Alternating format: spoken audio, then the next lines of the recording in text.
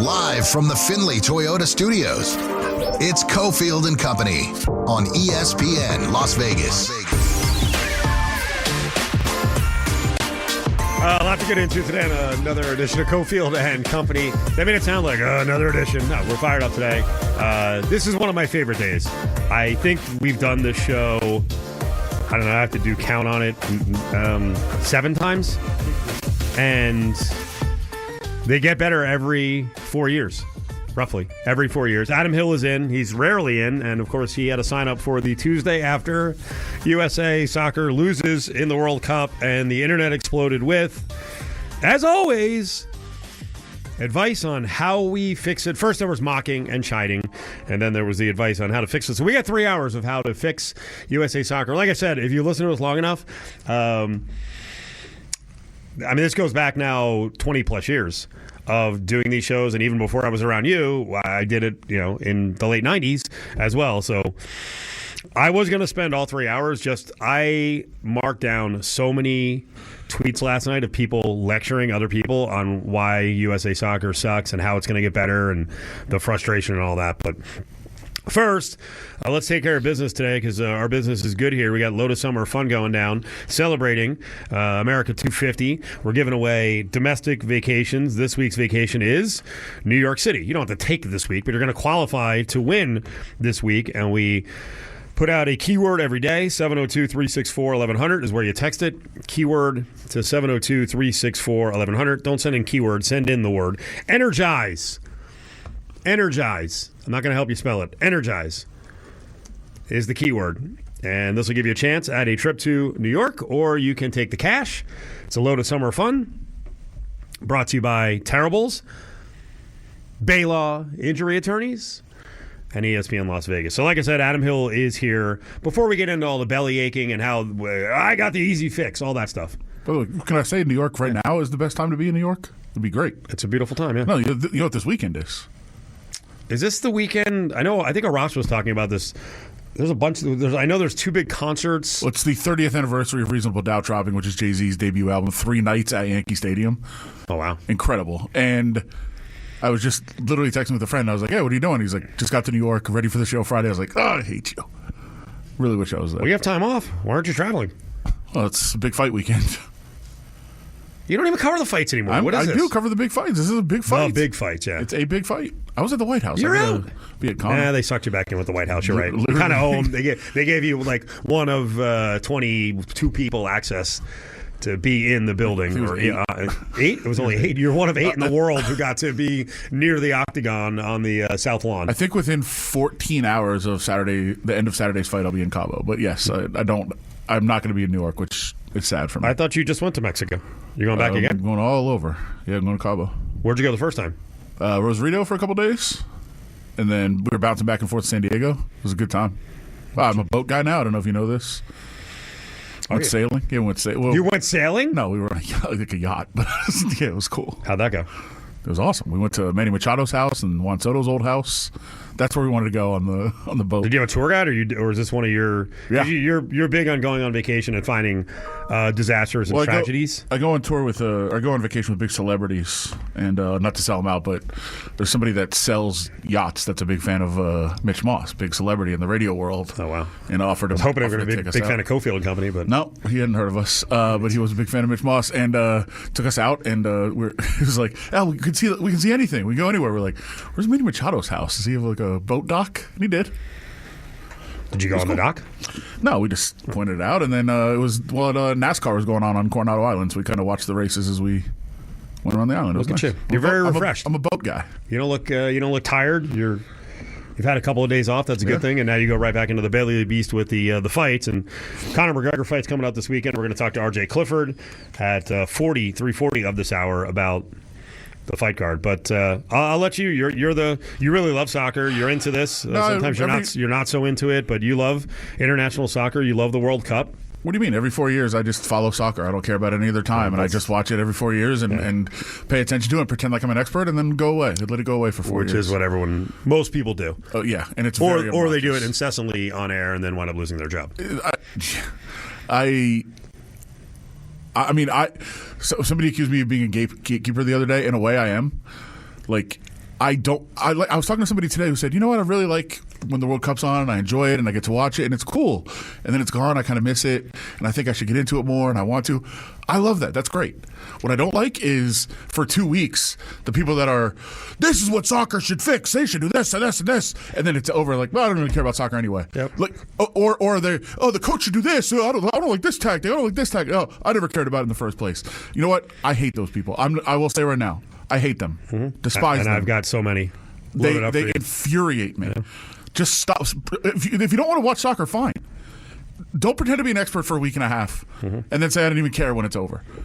Or this is how we need to fix it the next 4 years and then ignore it for the rest of the time. If you're not getting up watching championship games, which is the second division in England for those that don't ever watch soccer and don't care, if you're not getting up watching those on a Saturday morning, I don't want to hear your opinions. I don't care. You don't know anything. You're a moron. If you're questioning why host countries are hosting games, but you're an expert in soccer, shut up. Seriously. You got mad last week at JT the Brick when he said that? I don't know who. A lot of people have done it. Well, he sent it out that he thought the Azteca Stadium hosting Mexico hosting England was outrageous, and I was like, wait, what would be the equivalent of our stadium had we won yesterday? Would it be Seattle? Yeah. Like if we had upset Belgium, like we got an unfair advantage. The host country has to host the game. They're going to get some games in their country, in their stadium. Also, the schedule is set before the World Cup starts. Yeah. The games are set already before they even play it. Whatever. Yeah. I didn't see his. Whatever. That's fine. It's the people that are soccer experts for a week and a half drive me ballistic. And I wrote a column about it last week, and people are, I don't know if you saw the online reaction, people are furious about it. I just don't want to hear your opinions on, if they made the goals bigger, I would watch them. Shut the hell up. Seriously. Do not care what you have to say, and don't want to hear your opinion. Don't care what you have to say. There was so many just obnoxious, and I want people to be welcome into the sport and enjoy it. We don't need you to be an expert after watching one match. So people should be respectful. Yeah. Not to make this about me, but I did a spot about an hour ago on Fox 5.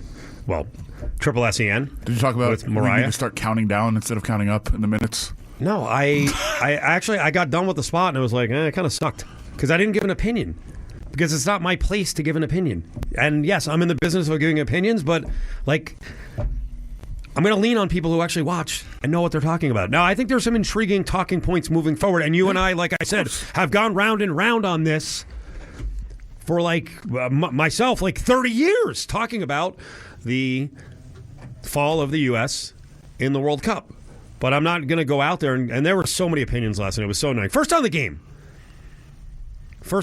And let's push because this is another one that JTTB was pushing back on, that Trump affected the game. Let's get to that in a couple minutes. The execution of the game. Yeah. What was the problem? Let's not talk about motivation yet. I don't think you can separate the two, but I'll say just in terms of the game, they have a player who's supposed to be a star and just has not been in this tournament. Whether it's because he's not healthy or, as he said after the game, tired, which, oh boy. But Christian Pulisic was supposed to be the golden boy of men's soccer of the U.S. team. He has not been. He has been an utter disappointment for the last year and a half. He was atrocious yesterday. And a lot was playing through him, and he could not do anything. And they had other guys. Weston McKennie, I think, has been one of the top 7 players in this tournament. He was okay, didn't have the ball enough. The defense of the U.S. has always been terrible. It's always been a big issue. Yesterday they were exposed completely. Why was it so bad on the back end, especially on crosses? Tim Ream is old, and he's largely solid, but not great. He's 38 years old. And yesterday he looked 100 and got completely frozen out in the box on one header that they scored the second goal. Got lost a little bit on the first goal. The back end has always been a question for the U.S. They've been able to overcome it because they've been able to possess the ball quite a bit in the first couple of matches against weaker teams. And even in the build-up to the World Cup, didn't have enough of the ball in the midfield, and they paid the price big time with their defense being awful. The question always was, could the defense be as good as the midfield and the forwards? They had been okay because they got a lot of help in the first couple games. They were exposed yesterday. No question. That's absolutely the truth. The defense and the goaltending was abysmal. And by the way, were they outplayed severely? Yes, they were. But they did get a fluky goal to tie the game. They were down 2-1. We're getting completely humiliated, I thought, in a lot of ways. But the first 10 to 12 minutes of the second half, they looked very threatening, and they looked like they could tie it up, as bad as it was. And then the just joke of a goal, complete misplay, botching of everything, of every single step of the way, leads to a goal. They go down 3-1. And then they just could not do anything after that, because I think with the 2-goal lead, it became very, very comfortable for Belgium. They didn't feel the pressure anymore. The 4-1, whatever. The fourth goal, if you're like, hey, you gave up a fourth. Yeah, because they sent everyone forward. Yes, that's what happens sometimes. Mm-hmm. Fourth goal is irrelevant. Once they give up the third to go down 3-1, they were in a world of trouble, clearly. But when it was 2-1, they were threatening. They had a chance. They weren't as bad as it was. They were right in the match in the early part of the second half. The third goal killed everything. Killed the momentum, killed their spirit, killed their vibe, everything. And which I thought was already off in the beginning, but they had a chance to get back in it. That goal killed it. You sent out one tweet reacting to the game. I'm going to read that on the way back, and then I do have a lot of people bookmarked with their fixes for USA Soccer. And as I said, I've been hearing this stuff. Adam's been hearing this stuff. Adam's a much bigger soccer guy than I am, but I pointed out my soccer background would go very casually back to like the late 80s in college, calling games. And it just yesterday felt like Groundhog Day. It's amazing. The volume was louder, and the number of people involved it was even bigger. And I think I found, like, I joked in our show tease up on social media, like the 27 reasons why USA Soccer, or the 27 fixes for USA Soccer. I think 26 were nonsense. I think I found one that maybe works, but we'll hash through it as USA Soccer. For those of you who care about soccer, today's a sad day. For those of you who kind of tolerate it, get fired up a little bit, I think you moved on already and you were right into mocking mode, but a really crappy day yesterday for USA against Belgium. Cofield and Company. ESPN Las Vegas. Adam Hill, one tweet last night after USA Soccer loses 4-1 to Belgium. One team looked angry and focused. One looked overwhelmed by some sort of massive unnecessary distraction. Maybe should have stayed out of it. People didn't love that one. No, they didn't. You're referencing Donald Trump not only making a call to FIFA, but then bragging about it. And I thought mentioning it was unnecessary, but that's what he likes to do. So I'm on the side. Did it cost them the game? No. Did it provide a little extra motivation for Belgium against a U.S. team that isn't very good? It did. And they reacted that way after the game. Of course they did. And by the way, in somewhat retrospect, I don't necessarily blame our government officials for stepping in, because listening to the pressers 7 or 8 times as I did, I 100% believe that they thought it was going to be 11 on 10. That they thought not only Balogun was ineligible, but the U.S. Why are you saying they? Who specifically? The government officials. We don't have to make it about one person. The government officials who intervened, because it was several other ones. You thought because England the night before, they witnessed England have to go 10 on 11 for like 28 minutes. They thought it was 10 on 11 the next, even a game after. Yeah, they witnessed the U.S. have to do it too. Right. And I think that they thought it was going to be 11 on 10. That part of it doesn't carry over. Right. And because it wasn't just one person. You're saying the player can't play, but the slot can be filled. Right. And I think that they thought it was going to be 11 on 10. And because it wasn't just one, it was obviously, Lutnick also made calls. Other government officials made calls too, according to them. I do think that they thought it was going to be 11 on 10. So I don't necessarily blame them for being upset about that. Like this, for those that say it was not, this happens all the time. Not really. Of all the red cards given in the history of the World Cup, it's the second time somebody played in the next game. And people said, see, it happened before. In 1962, there was not an automatic ban for the next game. They would review every red card and decide if the player was banned the next game, and they almost always did. One time they didn't. So it was literally unprecedented. The Ronaldo situation is different. He was banned for one game. He sat out a game. They overturned the additional suspension. That's different. It's also corrupt, but different. This was unprecedented in every way.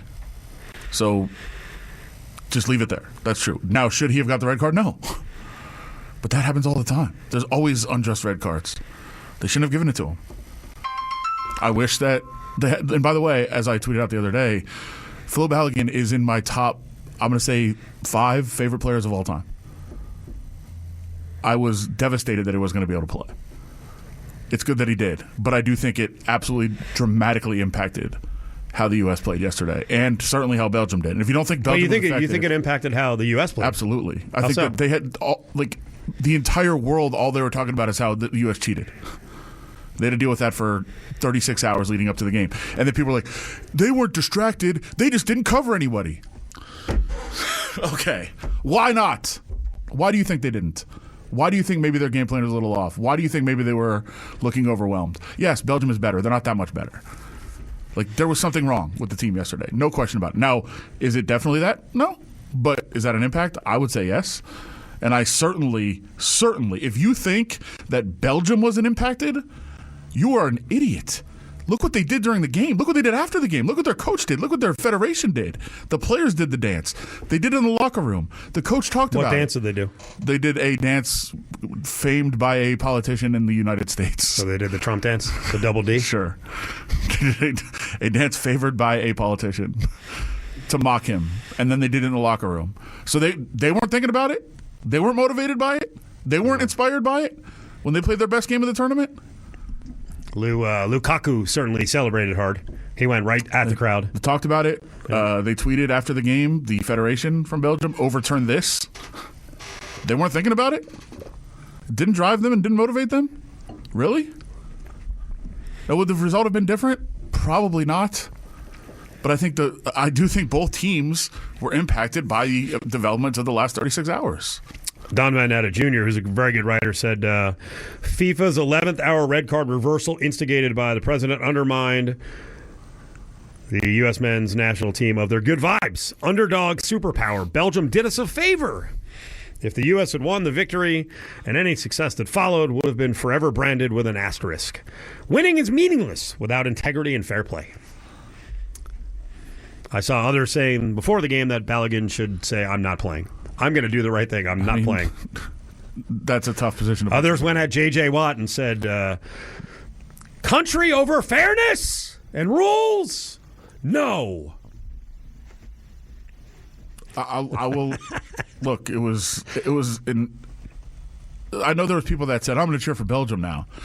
Like no, what it did to me is it just made the game very uncomfortable. Like obviously Balogun, I'd love to see him on the field again. One of my favorite players ever. I love when he's on the field. I was just like, oh man, and I was just like almost dreading that he scores. And then what? Then what's the narrative? Why? Then what's the narrative? Who cares? They made the ruling. But Steve, why feel how guilty? long have I been saying on this show, and you've been mad about it for 20 years, and people have been mad about it for 20 years. I think if your team wins on a bad call, if your team obviously should have been penalized in football, obviously should have been penalized and gets the benefit of it, you should not be excited about that. You should be just as mad when your team benefits from a bad call as when a bad call goes against you, because it's going to happen to you at some point. And how would people have felt if it happened with Belgium? Seriously, how would people have felt yesterday if Balogun's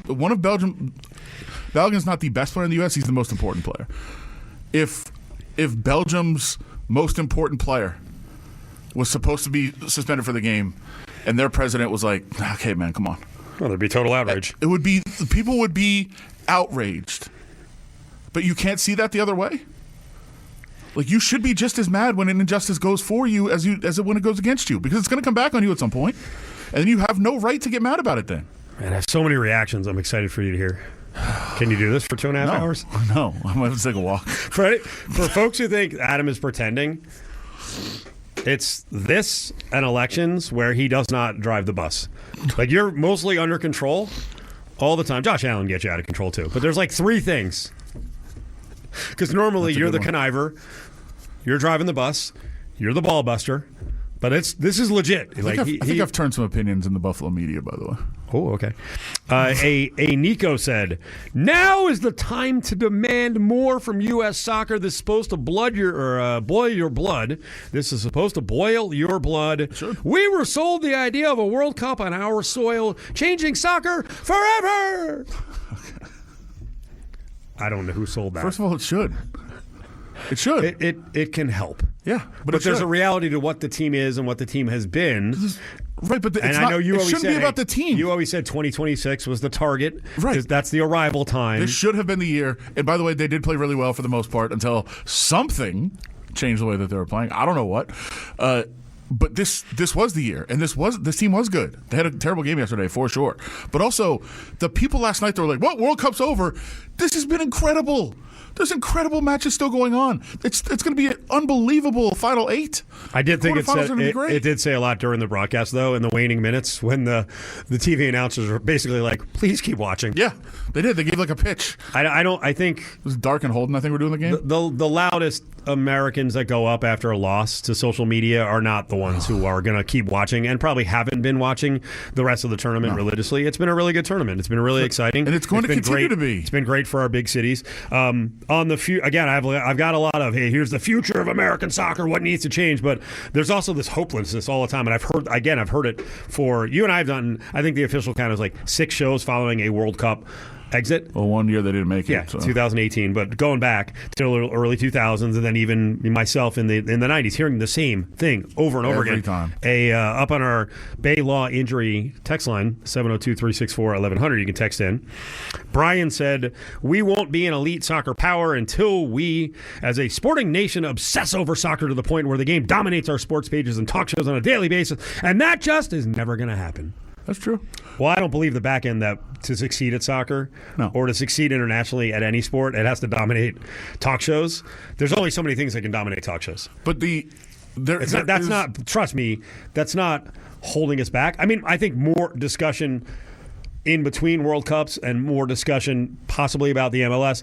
Most importantly, more discussion about our developmental system. Yeah. That needs to be But had. a specific part. But I will tell you, it needs to be, hold that thought then, because I want to hear what the specific part is.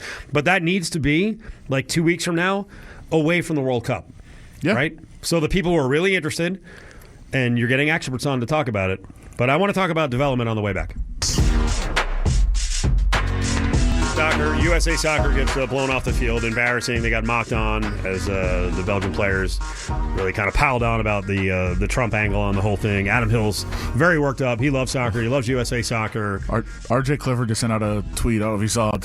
He's soliciting takes to get me fired up about soccer. I don't really need one. No, believe me, I got plenty. It's just fine. I've given him like 4 of the. I'm not lying. But I don't care about soccer. I don't care about it at all. Every 4 years. Why did you get that? No, okay, you don't know anything. Okay. Yeah, I also just tune in every 4 years and just watch. You live and die with it. Yeah. You do. I've seen it. I've seen it World Cup after World Cup, and in between the World Cups as well. You're very much into the development of what's going on. So I've seen a lot of people kind of lash out and try to explain why. What do we have? 342 million people, and Belgium's got 12, and why we can't win on the international stage. Why we can't be a top 10 country on the world scene. Give me what's your big developmenal issue? So why can't we get it right? So there is something to be said about the whole best athletes thing. Although I think it's silly to just be like, hey, we could throw LeBron and he could be a goaltender. I saw that again yesterday. LeBron would be the best goaltender in the world. Like, okay, relax. There is something to our best athletes where they go, and they obviously go to, for the most part, American football and basketball and other sports like that. For sure, that is absolutely a thing. But there's plenty of people who play soccer. Obviously, there is a barrier to entry. It's a little bit expensive. I know what I consider my nephew, my cousin's kid, plays pretty high-level travel soccer ball at 8 years old, which is insane. Thousands and thousands and thousands of dollars for the best coaches, the traveling, all that. He's a pretty good player, pretty good athlete. They're convinced he's obviously going to be in the World Cup. We'll see. And I see it with him, and I go there, and what did I just reference is our biggest problem as a national team? The defense. It's been terrible. It's always been terrible. I think we have a fairly young team in the midfield and up front. I think they're going to be more than ready to compete for the next 4 years. But we need to develop defenders. and that comes with people wanting to play there. Like I've seen it. Like I said, I've been around other kids too, but around the competitive level with my nephew, it's everybody wants to score goals. That's it.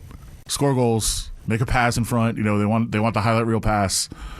Nobody wants to be a defender. Nobody. And I think it's really hard to develop them. Like that is where a lot of focus should go. Well, why does that? What is that? An American trait? Yeah. That we're selfish and we need to be stars. I think we so. need to get a payoff. Yeah, I think so. And when you played soccer at low levels, what did you play? Did you play goalie? Goal. Did you like it? Yeah. I mean, goalie's cool. I loved it. I actually played defense. I played stopper, sweeper, whatever the hell. We don't have that anymore. Well, I obviously wasn't a good enough athlete. I'm not big enough. But I had a mentality. I loved playing defense. I don't understand how you can't. It's like, isn't it the same mentality? Like, hey, sorry, you're not going to be a wide receiver. You're going to be a defensive back, and you get to shut down the glamour guys. I mean, the way I like playing because there was a physical nature to it. I love beating the crap out of people and knocking people down. In softball, you like to throw the ball at runners, right? Which is not even part of the game, but you just do it. Hey, don't run on me. You will get one in the back. It's online to the base. I think there's an issue developing defenders. I just do. I can't believe that's.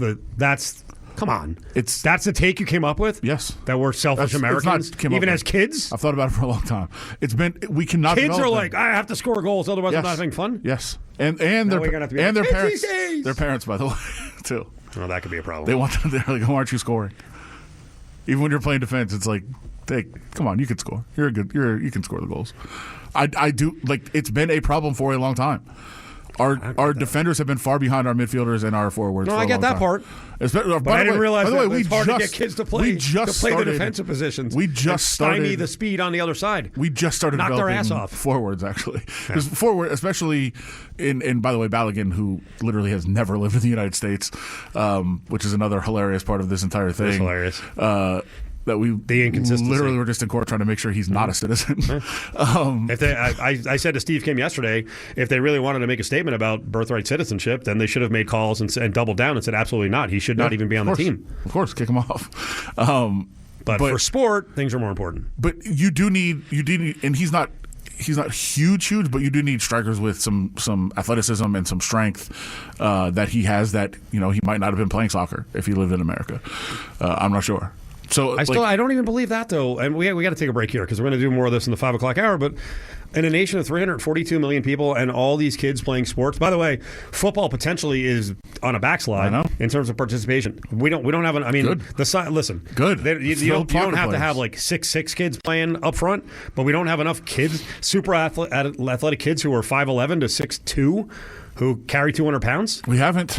Just haven't been able to find them. I think there's another problem then. We'll continue to delve into this. RJ Clifford on the fight game as UFC is on the ground here. Conor McGregor is here. Be safe, everybody. Colombia, Switzerland now in penalty kick, so Colombia makes its first, so we'll track it. RJ Clifford is going to be in town. We got a mega event here. Like I said before the break, everyone be careful. Conor McGregor's coming to town, so who the hell knows what's going to happen. I think the fight card's still on. RJ, what's going on, buddy?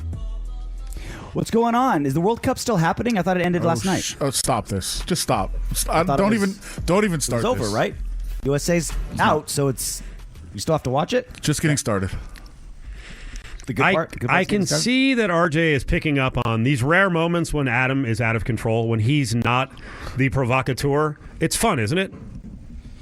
Your calmness always ticked me off, Adam. Just your gentle demeanor. It's just always ticked me off. And now that we finally got you fired up, I got to hop in. Of course now you do. Steve, all the fun. Of course you do. Yes. Okay. So I was busting chops a little bit. Conor McGregor, not about be safe because you should be safe, everybody. Please. Conor's got a reputation, but there were some rumors that something's going on. Is he going to pull out of the fight because he canceled his post-fight party? But to my knowledge, it appears that he just moved the location. Have you heard this? Yes, and when the news first broke that Max Holloway, Conor McGregor would be headlining UFC 329 months ago, Adam, if you remember on this very program at this very time, asked me, so who's actually going to be fighting Max Holloway on July 11th? So I'm convinced Adam is the one spreading these rumors, so let me dispel them now. So there's a couple things. So yeah, I think that after party thing just moved. People were bringing up how the UFC's Embedded, which is a YouTube series that kind of tracks the fighters fight week and kind of hypes up the fight. He hasn't been in any of the Embedded as well, but that's Conor for the last month and a half has been saying to production requests, I'm good. I'm fine. So this isn't a recent development of Conor not showing up to every little thing that are required of UFC fighters. Maybe he is pulling out. I don't know, but I have seen no evidence that leads me to believe that that's the case. Is he? I'm sorry. Is he out of the production for the most part because he's just in a position now where he can say no? Is he not to be relied upon? Has that been his history? You guys both know McGregor behind the scenes a lot more than I do. So I've been thinking about this a lot. Because he was always the opposite. I remember when he was cutting down to 145 and had one of the most brutal weight cuts, he would still fly to Bristol and do a Sports Center hit mid-weight cut. He was always the guy that did all the work to kind of drive interest and drive the fight. But now that pay-per-view points aren't a thing, I don't know if he's it's not worth my time. I'm getting paid the same no matter who. I don't know his contract. Maybe there is some sort of perk or bonus for gate or views on Paramount Plus. I don't know. There is still pay-per-view in some other countries. But maybe that's part of it now. Where Conor's just why am I this busting my butt doing all the marketing for a fight when I'm not getting points on the backside? Well, I will say he always has been on his own time, even though he did all those things. I've done a couple of ride-alongs with him on different media tours where that's right. He does it when he wants to do it. What he did do it. Didn't you have breakfast with him one time? Yeah, at Eggworks. Yeah, it was one of the most memorable breakfasts of my life. Was it his UFC debut? What was he doing at Eggworks? It was not a fight week. It was Pacquiao Mayweather, and they flew him in to do a media tour. And I think he was 4 hours late to a live Sports Center hit, and then he had an hour and a half before he had to go to the airport. And he's like, "I need to have breakfast," and he's like, "Take me back to Red Rock. I have a chef there." And we said, "No, man, you can't go back to Red Rock. Your flight's in an hour." He was flying actually Southwest at the time, which is crazy. No, you can't go back there. It's too far. So we compromised. Yeah. We went to Eggworks over on Sunset, right next to the airport, and he walks in his ridiculously expensive suit. It was unbelievable to everybody there. Threw the waitress $100 and said, "Make sure you make our food next." They did. They brought it quickly. Nice. He was unbelievably polite, great to everybody there, but everybody else was panicking because of how close we were to the flight. Not you. And he literally did not care. Yeah. He's like, "The flight will leave when I say it leaves." Okay, it's a Southwest flight, man. But it's hilarious. One of the most memorable breakfasts of my life. But he, to your point, he did all the spots. He just did them on his time. Now I think you're right. I think without pay-per-view, at least in the US, he's like, whatever, I'm good. But I will say I asked the UFC PR, I said, "Look, I'm not coming Wednesday if he's not there." Oh, look at you, White House media guy. Now you're making demands. And they said he will 100% be there. Wow. So we'll see. When is the question? Tomorrow. I'll wait till midnight if I have to, but they said he's showing up. Tell him to meet you at Eggworks. It'd be great. Right? Apparently he liked it. To throw back. Also, I will say, to shout out another local business, his first ever, after he had debuted, I believe, in Boston, they brought him to Vegas to do a media event. And I don't know if you were here, Audrey. You might have been. They had him do a media lunch at McMullen's. Oh, wow. And he walked in and he was like, "It's a great place, but you really the Irish guys to go to the Irish bar?" We're like, "Yeah, it's fun. Why not? It's great. That was a good time too." What did he order for breakfast? You know what? I wish I would have remembered. I probably have it in my notes somewhere. It was probably your notes. Yeah, that long ago? Oh, it was a long time. Oh, exactly. Yeah, how was that? 2017? Yes. You still have the time notes. Ago. Okay. RJ, I saw your video on you. Explain it to the audience. RJ Clifford is with us. He helps break down the fights, and he's great on MMA. How Max disarms Conor's left. So it's kind of fun and kind of frustrating breaking down this fight because obviously Conor hasn't fought in 5 years, and he's kind of ebbed and flowed his style over the years. When he was early on in the UFC, his first 4 or 5 fights, he was super creative. He would do things in fights to just try him out, and then as he got to a higher level, he got more sophisticated and kind of just narrowed down what he did. And basically, the bulk of his game is to get you to commit, be out of range, and then throw his famous counter left hand. That's the game, right? And so Max Holloway did to Dustin Poirier, who's also 5'9", also a southpaw, and only has 2 inch shorter reach than Conor McGregor, is he stepped outside that lead foot to throw his combination. So to me, that's the biggest battle here. Whereas Conor McGregor wants to control distance distance. He wants to be just out of your range and just barely in his range. While Max Holloway, at least when he fights southpaws, wants to get an angle and throw a combination. So I think that's going to be the decider in this fight.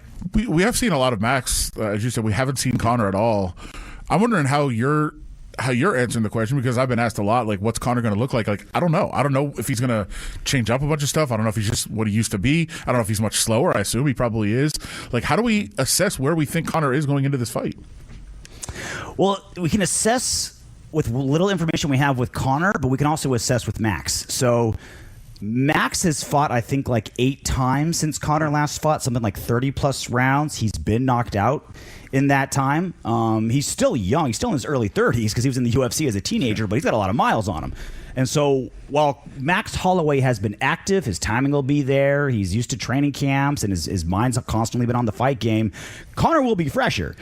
Now, the timing involved at high-level mixed martial arts, ask any high-level MMA fighter, and they say there's no replicating actually fighting and getting your timing down and getting your mind right. You just no matter how much you spar, no matter how much data you have, you just simply can't replicate it. So will the freshness potentially of Conor McGregor be an advantage, or it will be the activity of Max Holloway that takes over? Well, I've seen a counter to that by Bilal Muhammad was talking about the fact that McGregor is more thickly muscled than he was years ago, and would Holloway be smart to clinch a little bit and really test his gas tank, because Conor might not have what he used to have in terms of stamina?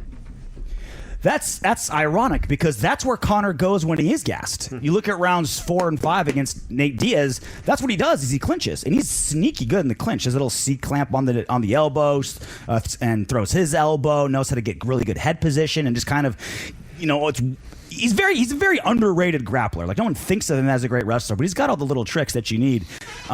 So if Max does that, I think that kind of plays into Conor's game, because he's very comfortable just kind of stalling you out there and controlling the position without using a lot of energy.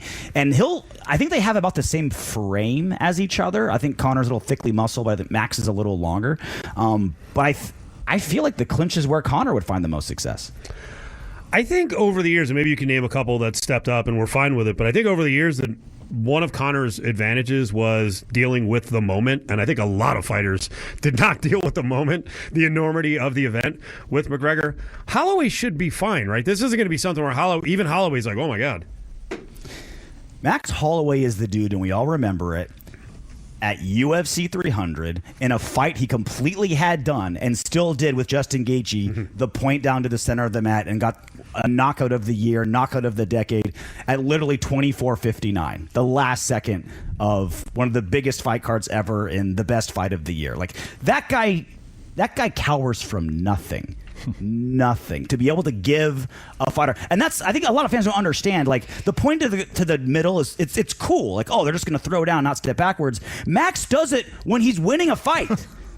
Any smart coach, anyone who's just about the tactics, is going to say, Max, you got the round 1. Jab, keep distance, don't let him get to you. And it was Justin Gaethje. We just saw what Justin Gaethje did at the White House against, in my opinion, the best fighter in the world, in Ilya Topuria. And Max says, nope. The fans are more important. I don't care. Throw me into the fire. Is it a moment?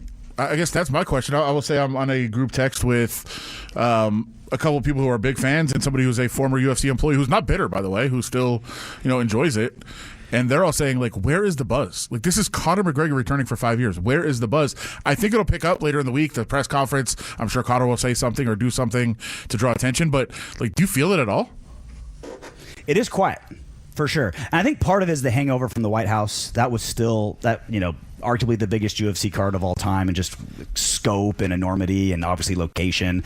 I know a little bit of a hangover from that. And like we were talking about at the beginning of the segment, Conor's been kind of MIA. Like, you look at his Twitter or his X, and it's all just kind of retweeting what people say. Like, the only video of him is from like 6 days ago. It was a sponsorship that he had to do that was filmed whoever knows how long ago. I think that's a big part of it, is Conor everyone's just kind of waiting on pins and needles to hear all those great one-liners and zingers. It just hasn't come yet. So I think you're right. I think once he starts talking, once pressers start getting underway and he starts getting fired up in a $10,000 suit, people pay attention more. Adam, do you have something else, or do we have to turn to AI? Because I think this is now how you're doing your show prep. That was a joke. Well, I think you have writer's block. Tell the audience what you did and tell RJ, because I got your normal list of stories and I was like, what is all of this at the bottom? Well, I've been using AI for a lot of things, just trying to play around with it and see, what you can do. And I literally just asked it to design a rundown for us today, and it did. And then it said, "Here's a good idea for an opening monologue," and it wrote us a monologue. It wasn't bad. Do you want to deliver it? Is it good? Should you? Not really. No. Why? I didn't get to look at it. I looked at it briefly. I looked at all the topics. I thought it came up with some good topics. I think I shouldn't say this. I think this show has trouble appealing to lowest common denominator. We need to appeal to mouth breathers more often, and I think AI is going to be good at that. So I think that'll help us. You guys are too highfalutin. I didn't say that. Too fancy for the average working man. Adam is. I'm you a guys regular. are way too white collar. That's his brand. That's his brand. He thinks everyone's stupid. AI is going to make us dumber. I like it. Here you go. RJ. I like Adam's trick too, where he's just like, "Oh, I just now discovered AI." Yeah. No, I didn't say I I've just been discovered it. using I've actually right the last 3 years. I've just been using it. Wow, this is pretty tricky. You just type in what you want and it gives No. you I stuff. didn't say I Man, just I wish- discovered it. I said I've been using it a lot wish- more. Actually, what he's I wish great you've been at. using this the last 3 years when it became popular and everyone started. RJ, using what it. he's great at is outing other writers who are using it Yeah, on that's social true. media, because I ask him every once in a while, I'm like, who is this person covering the Raiders? They're here a week and they're getting like 300,000 views. He's like, AI. Yeah, AI runs their Twitter account, which is fantastic. Here you go, RJ. For years, people said soccer couldn't grab America. Today, the World Cup is driving the sports conversation. Messi is still must-watch TV. Ronaldo's World Cup career appears over. And Las Vegas is about to become the center of the sports universe again with UFC Fight Week and Summer League. The question isn't whether Vegas is a sports town anymore. The question is what sport owns Vegas right now. That's pretty good. That's the AI monologue for the show today. Yeah. If AI can write the monologue to make you talk that excited, I think you should do it more. I know, right? The That's energy. the most excited you've ever been. The energy? Sure. That's fair. Yeah. Does UFC Broadcasting still dominate Vegas on a UFC weekend? I think so. I guess we'll find out, right? It's one of the most expensive tickets in town at T-Mobile. Once Conor McGregor starts talking, I think people start paying attention more. I'm with you. Like, it's felt, and that's been a topic, how it just hasn't felt like Conor recently. I think 4th of July kind of cut into it. I think, in fairness, Adam, World Cup, I think grabbed America's attention for this time. If America would have won, would they have played on Saturday? When would they have played again? Would it have, bumped into the UFC? It would have been early in the day, I think. Earlier in the day? Wow, what a day. But same day. Well, America would be too drunk to watch Conor. There's still matches on. RJ, it's still going to be a good day. You can still watch games. Well, I think America's the question is that night Argentina is now playing what? Switzerland? Is that right? Yeah. Yeah, Argentina, Switzerland, 4:00 our time. You have a choice. For the super wealthy who can go to any event, are they going to go see the soccer game or will they come and see a Conor McGregor fight? I would think that McGregor would still outdraw a World Cup game with Switzerland and Argentina. Messi. Luckily, Conor isn't fighting in Switzerland or Argentina. That maybe be an issue. It is Messi. Holy Messi crap. could be Messi's last World Cup game. Oh, boy. Big deal. Let's go, Conor. Start talking, brother. He will. Well, he's going to be at Media Day tomorrow, I was promised, so we'll see. 15 seconds. Who's going into the Hall of Fame? Who's your favorite person going into the Hall? Demetrius Johnson, Dominic Cruz, Chris Weidman are all going in. The rare anointing 3 people from the modern era going in. Now, you're not going to get me to say who my favorite is, but I will tell you, Dominic Cruz is one of my favorite fighting minds. Demetrius Johnson, even this well-rounded fighter ever. And I think Chris Weidman will be known more as a broadcaster when all is said and done, because I think he's that good. Dominic Cruz, huh? Chris Weidman, did I see he drained the battery in 2 different cars in his household? We're up against it. RJ, we'll see you, buddy. Reach out when you're in town. Wes. Let's go. 4:00 hour brought to you by Battleborn Injury Lawyers. 766-1400 is the number. Reminder, Lotus Summer Fun is giving away a trip this week as if it's its own entity, right? The Lotus Summer of Fun. It's our Lotus Summer of Fun contest. Our keyword today, you can text in the keyword every day. We have a different word every day. It's a New York trip that you're qualifying for at the end of the week. Energize is the word. Energize. 702-364-1100 is the number. Can you finish, before I give another phone number out, can you finish your point on Chris Weidman, former UFC fighter? What happened here? I shouldn't have brought it. I shouldn't have squeezed it in. I just saw there was a tweet from, I believe it was his wife, saying they had got back from a trip at the airport, and then the battery was dead in the car, and then they called somebody for a ride, and the battery was dead in their car, and they were like, yeah, Chris had it. I don't know what happened. And Chris also had their car. So basically he was the last person to drive 2 different cars that had dead batteries. And they were like, what is going on with him? Just leaving lights on in the cars or something? Probably just bad luck. We shouldn't do this because we don't know anything about I literally know nothing. stuff aside from a little bit of sports and writing and doing radio. Very little. I thought cars were to the point now where they really don't even drain anymore. I think they just really? shut off. I don't know. I feel like I probably You got me. like I used to be scared to death of leaving one of the interior lights on, and I'm like, it's probably just going to turn I itself will off. say I did it literally this weekend. And was your car dead? No. So maybe you're right. But there's probably car people who Although are my like, you guys car's are old. idiots. Go ahead and try it and see if your car's going to be dead. So how did Weidman achieve the impossible? I don't even. Maybe On two cars? It might have been AI. It might have been some AI post somewhere that wasn't even true. I don't even know. I mean, the joke / sad part is he did fight for a long time. So you do forget got things. hit in the head a lot. But if said that's it. not happening, I don't know. But that I is don't even know where I something. saw it. That is something. If I couldn't do it now, I probably have done it in the past. I could see myself draining the battery on two cars. Back to back. I just typed it into Google and AI said there's no record of Chris Weidman in a dead battery. So I might have just made that up too. Are you double checking everything with AI? It's not accurate. That's the only thing that pops up in Google now. It's the first They thing. kind of are force feeding us now. Yeah. AI overview. Oh, I was arguing with it last night. I was in a very Was it heated about argument. one of your scoops? No. I was actually trying to find a video that you might remember after the Algeria game in 2010. I was in full U.S. gear in Ann Arbor, Michigan, and was interviewed after the game. I do remember that. As you were part of a news story. Yeah, but that news outlet went out of business, so you can't really find the videos anymore. And I was trying to find like an old archive of it, and AI just kept saying, I can search in there like metadata, and I'm like, do that. And they're like, I can search in the metadata. I'm like, can you then do it? They're like, I can search there. Are you typing? Can you please? In angry Angrily? fashion, or are you yelling at your computer? I was actually Or your talking. phone? I was talking into the phone. Then do it. I was like, I can search the metadata for that. Okay, cool. Do that. I can search it. Then do. Please. Who won? I stopped. I just gave up. I was like, I'm not doing this anymore. I was literally sitting in Starbucks, just angry. I like that Connor's running the board today, along with James in training, and you're in here. Because this is what happens. Yeah, You're like, poor Connor. He's like pump faking. He's like, do I go? Do I go? Do I go? He's going to do whatever he wants. I just keep talking. There's no rhyme or reason. We just think about when I'm here and Steve's not here. If it's me and JVT, just a complete mess. Battleborn was Injury good. Lawyers presents The Big 4 at 4. Number 4. You do a couple of shows with Adam Hill. When the Sounders are supposed to go, they go. You just do it right over them. Screw them. Okay, let's talk conference commissioners. Can AI run the board, you think? I think I've joked before. AI is going to be doing the show. can do the they show just before I can run the board. replicate better voices, and obviously that rundown. When you sent me a full rundown of the show today, I was like, it's kind of good. Yeah. It had a Vegas hour. I wasn't interested in much of it, but Had a Vegas hour in there. Like, you should do one local hour. All right. It was this hour.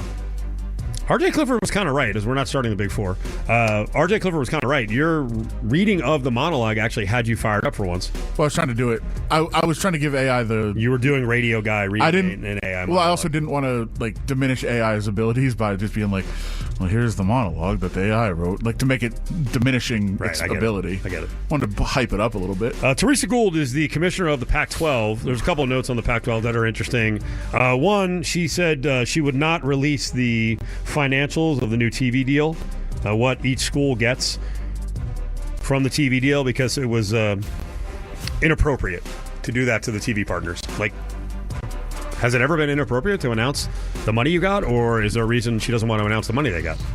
Can I say that, first of all, I'm going to commit one of the biggest sins in radio, and also one that's going to really, really make you upset. I had a 1.5 hour discussion about this topic this morning. You did. Literally less than 10 seconds of that conversation could be on the air. A lot of cussing? No, things that just can't be said publicly. Okay. She said it's incredibly inappropriate to be releasing numbers of agreements that we have with media rights partners that are very complex. I mean, that literally every other conference has done for Ever the done. history of time, and have also done for the last couple of months. It's inappropriate if you say how awful the deals are. Yeah. It's inappropriate to your members of how much you screwed them. Mm-hmm. Sure. Yeah, it is. Nobody has ever been upset about this. This has never been a controversial thing ever. We're going to be out at Mountain West Conference Football Media Day next week, days. We will not be at Pac-12 Media Days for football because they are not happening. They don't happen. They don't exist. Why? Why is that? Let's see. Has nothing to do with money. Pac-12 Senior VP and Deputy Commissioner Rick Hart, quote about media days. Those are expensive. Traditionally, you spend a lot of money. Days later, Teresa Gould to John Canzano, quote, it's absolutely not a cost-cutting move to us. Okay, you guys got to get on the same page. Then why? Why is it's inappropriate to discuss why we're not doing media day also? Yeah. This league is an embarrassment. Well, I mentioned the Mountain West and being out there next week. I think you would probably get most people off the record on all fronts who would say this was stupid. Yeah.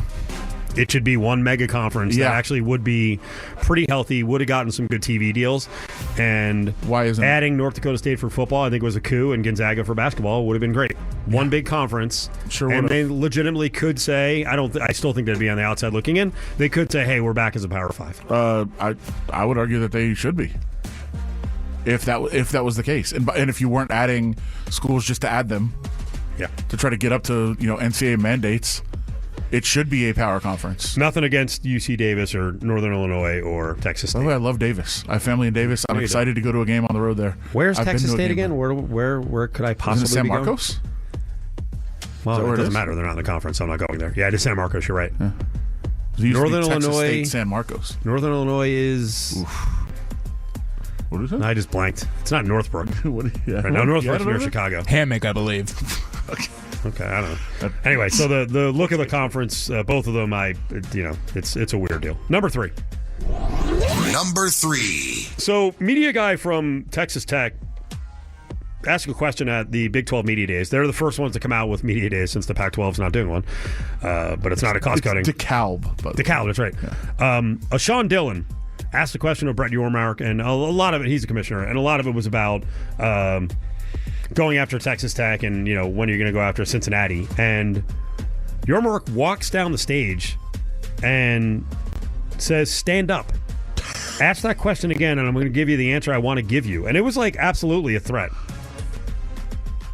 Who do these guys think they are? And by the way, what would Yormark have done if it's Steve Cofield and I'm like, oh, I'll stand up. And then I start walking forward and then I start walking on the stage. Because I'll do it full-throated right to your face. What, are you going to fight me?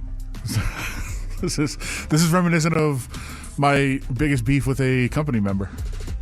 What was it? When there was going to be, I still insist, there was going to be an actual fight between Derek Carr and Paul Gutierrez at a press conference.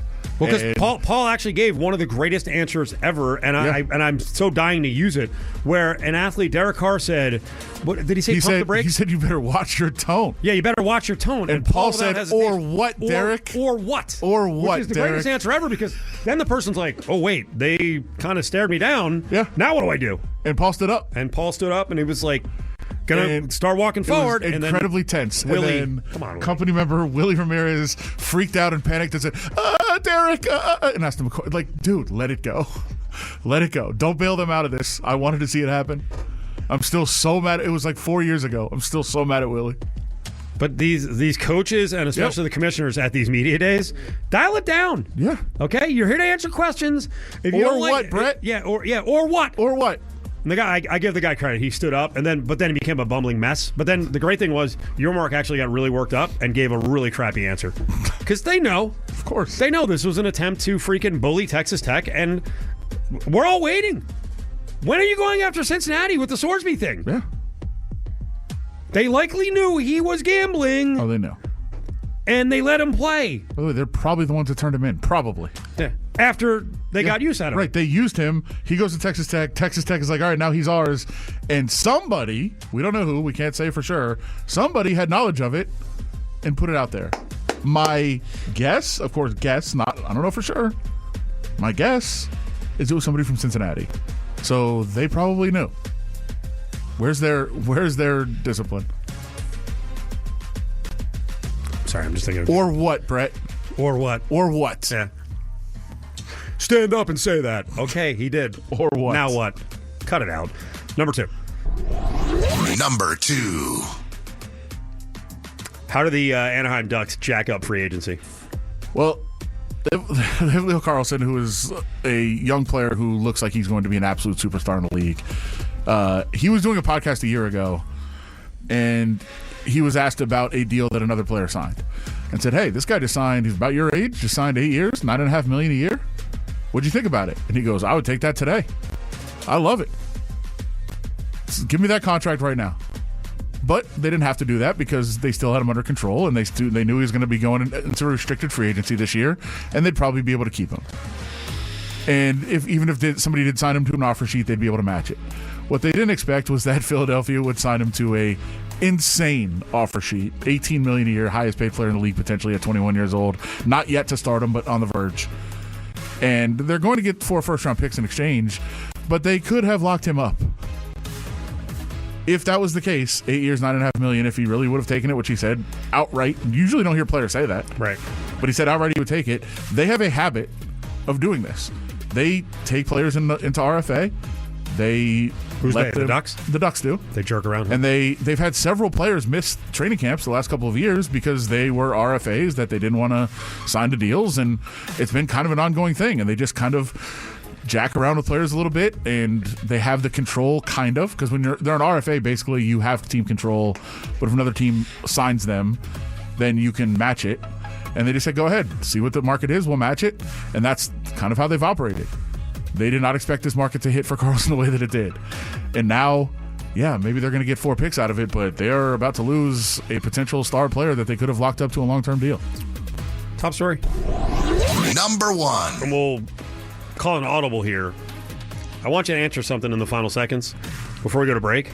If it costs $10,000 to get a pretty good seat to go see Conor McGregor at UFC 329 or go see Messi in Argentina on Saturday, what would you do? Well, me, Messi. Okay. But I've been to like every UFC event ever. Well, that could also mean that you have an intense, I'm not going to say fandom, but you like UFC a lot. You like MMA a lot. So you would pass on the MMA. It could be Messi's last ever World Cup. It could be Conor McGregor's last fight. He might get knocked out. Sure. He will, actually. You think he's going to get knocked out? I do. And you would pay to go see Messi instead? Yeah. Boy, you really love soccer. I do. Good for you. Once every 4 years.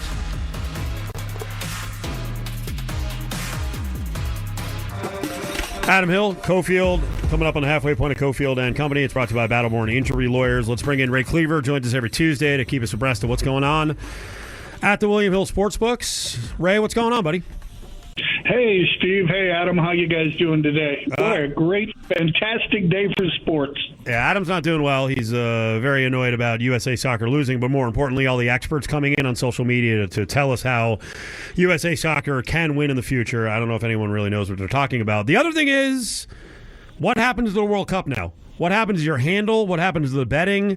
Do things drop off with the USA out? I don't think they do. I mean, obviously, we're going to see a little bit of the casual fan disappear.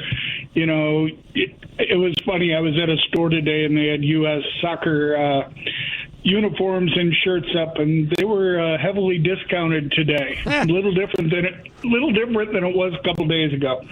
So, I mean, we will see a difference, but in all honesty, I mean, we still have the stars. We still have the big name teams in there, you know, France and Spain. And handle, though, with the United States is absolutely incredible. I guess the best comparison I can give to it is a standalone NFL game. The USA the other night was probably about that. And then England and Mexico. That's why last night was such a disappointment. We saw one of the best soccer matches, or as I've been told, call it football. But I live here, so it's soccer. But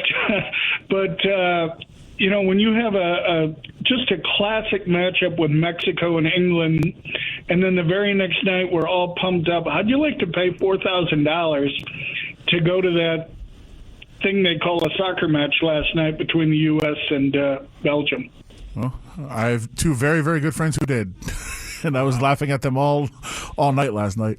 I mean, I got to watch it on TV, and I saw it just fine, and it was ugly here too. For sure. I wonder, and I'll just ask the same question about Mexico. How much does Mexico being out handle? Because I know there's a lot of fans around here who are big Mexico fans. A lot. I mean, we've lost the 3 host cities, or host countries, pardon me. I mean, with Canada and the U.S. and now Mexico gone, I mean, it's definitely hurting.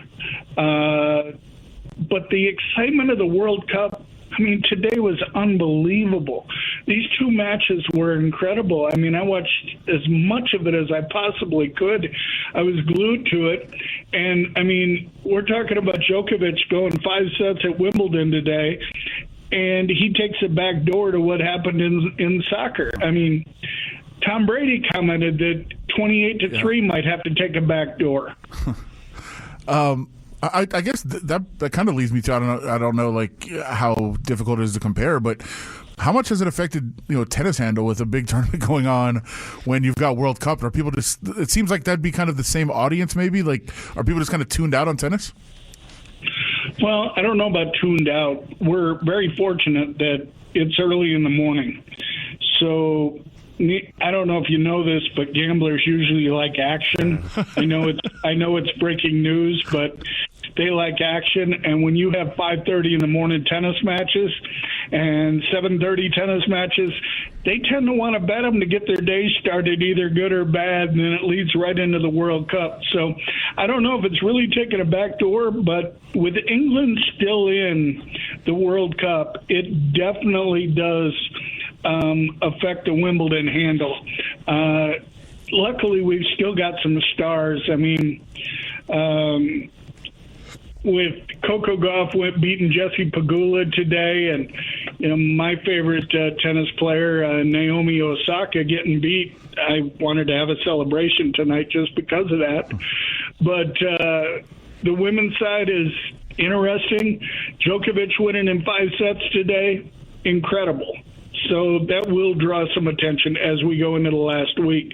Luckily, next week is near the end of the World Cup and Wimbledon's last week because we have the Major League All-Star game coming up. Back to the World Cup odds specifically. William Hill right now to win it. France plus 170, Spain 380, Argentina 4, England plus 475. Then it drops off pretty significantly. Do you have liability on anyone, especially a longer shot? Not really. Not much anymore. Wow. When Portugal, well, let's face it, if the United States had won the World Cup, there's not a book in this. It would have been absolutely the worst future loss we've ever taken in any sport. Wow.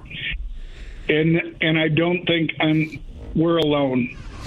I believe that DraftKings, FanDuel, everybody would have said the same thing. They just kept betting the United States to win it all. But when Portugal finally left and the Netherlands left, the major liabilities were all gone. So, no, there's not a lot of big winners yet because we've got mainly the favorites. But we're not going to get beat either. Rick Kluever with us, William Hill. He's one of the odds makers with William Hill Sportsbooks. This was one of the first days where I saw an NFL Week 1 schedule, and I was kind of piqued my interest. Not that I'm anti-football, but we've been talking so much soccer lately. I was like, I'm looking forward to the NFL. I know college football is, 53 days away until kickoff.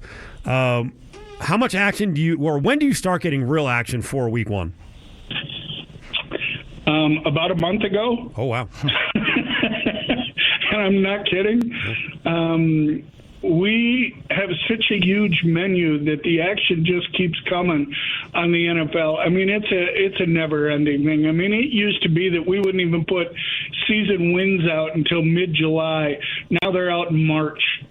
I mean, or February, even right after the Super Bowl, we're already working on it. So if you go to our website, I mean, there is so much. We have all 18 weeks of spreads up. You want to bet a game in week 12? Feel free. We'll take it. So, I mean, we have best record, worst record, last undefeated team. Every team has specials out for their quarterback, running back, and wide receiver. Anything you want, you can find on the William Hill app. It's incredible. It really is. You have special props, parlayed props. Will any player win regular season MVP and win the Super Bowl? Not MVP, just win the Super Bowl. Yeah, win the regular season MVP and win the Super Bowl. You can get 8-1, but you can even go further down. And I'll be honest, I like Jahmyr Gibbs to win the MVP this year, not only Offensive Player of the Year, but MVP, 150-1. And the reason I like him is because Montgomery's gone to the Texans now. He's a lone back. I can see him scoring 17, 18 touchdowns, running for 1,500 yards, receiving maybe 400 to 500 yards, and Detroit gets the number 1 seed. Who's your MVP? And you can get him at 150-1, and Jahmyr Gibbs wins regular season Offensive Player of the Year, which is 7-1, and the Lions win the Super Bowl 45-1 on that. There's just all kinds of fun stuff you can have. I mean, Matthew Stafford repeats his MVP, and the Rams win the Super Bowl. It's 50-1, and the Rams are the favorite.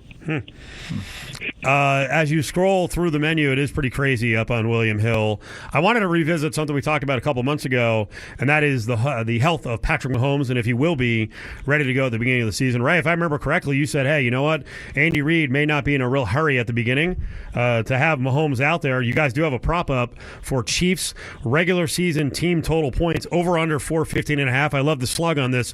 No Mahomes, no problem. So where are you now on Mahomes with health updates? And I mean, he was kind of active in OTAs. Is he going to be out there at the beginning of the season?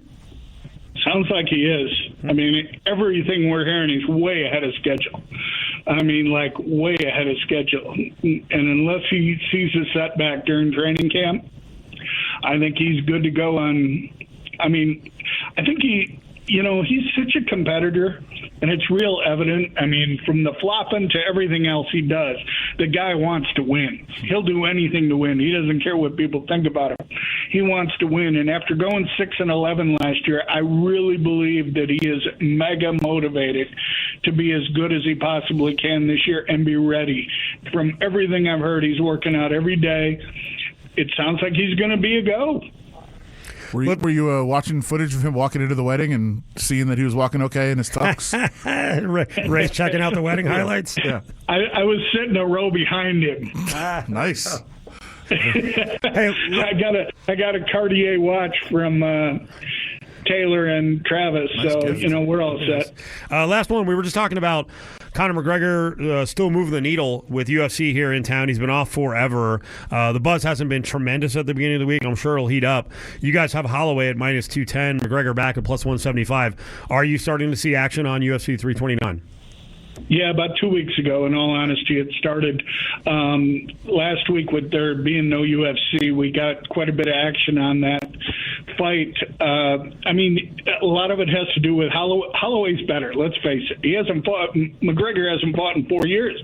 But the UFC needs a superstar right now. They need some hype. They really, really do.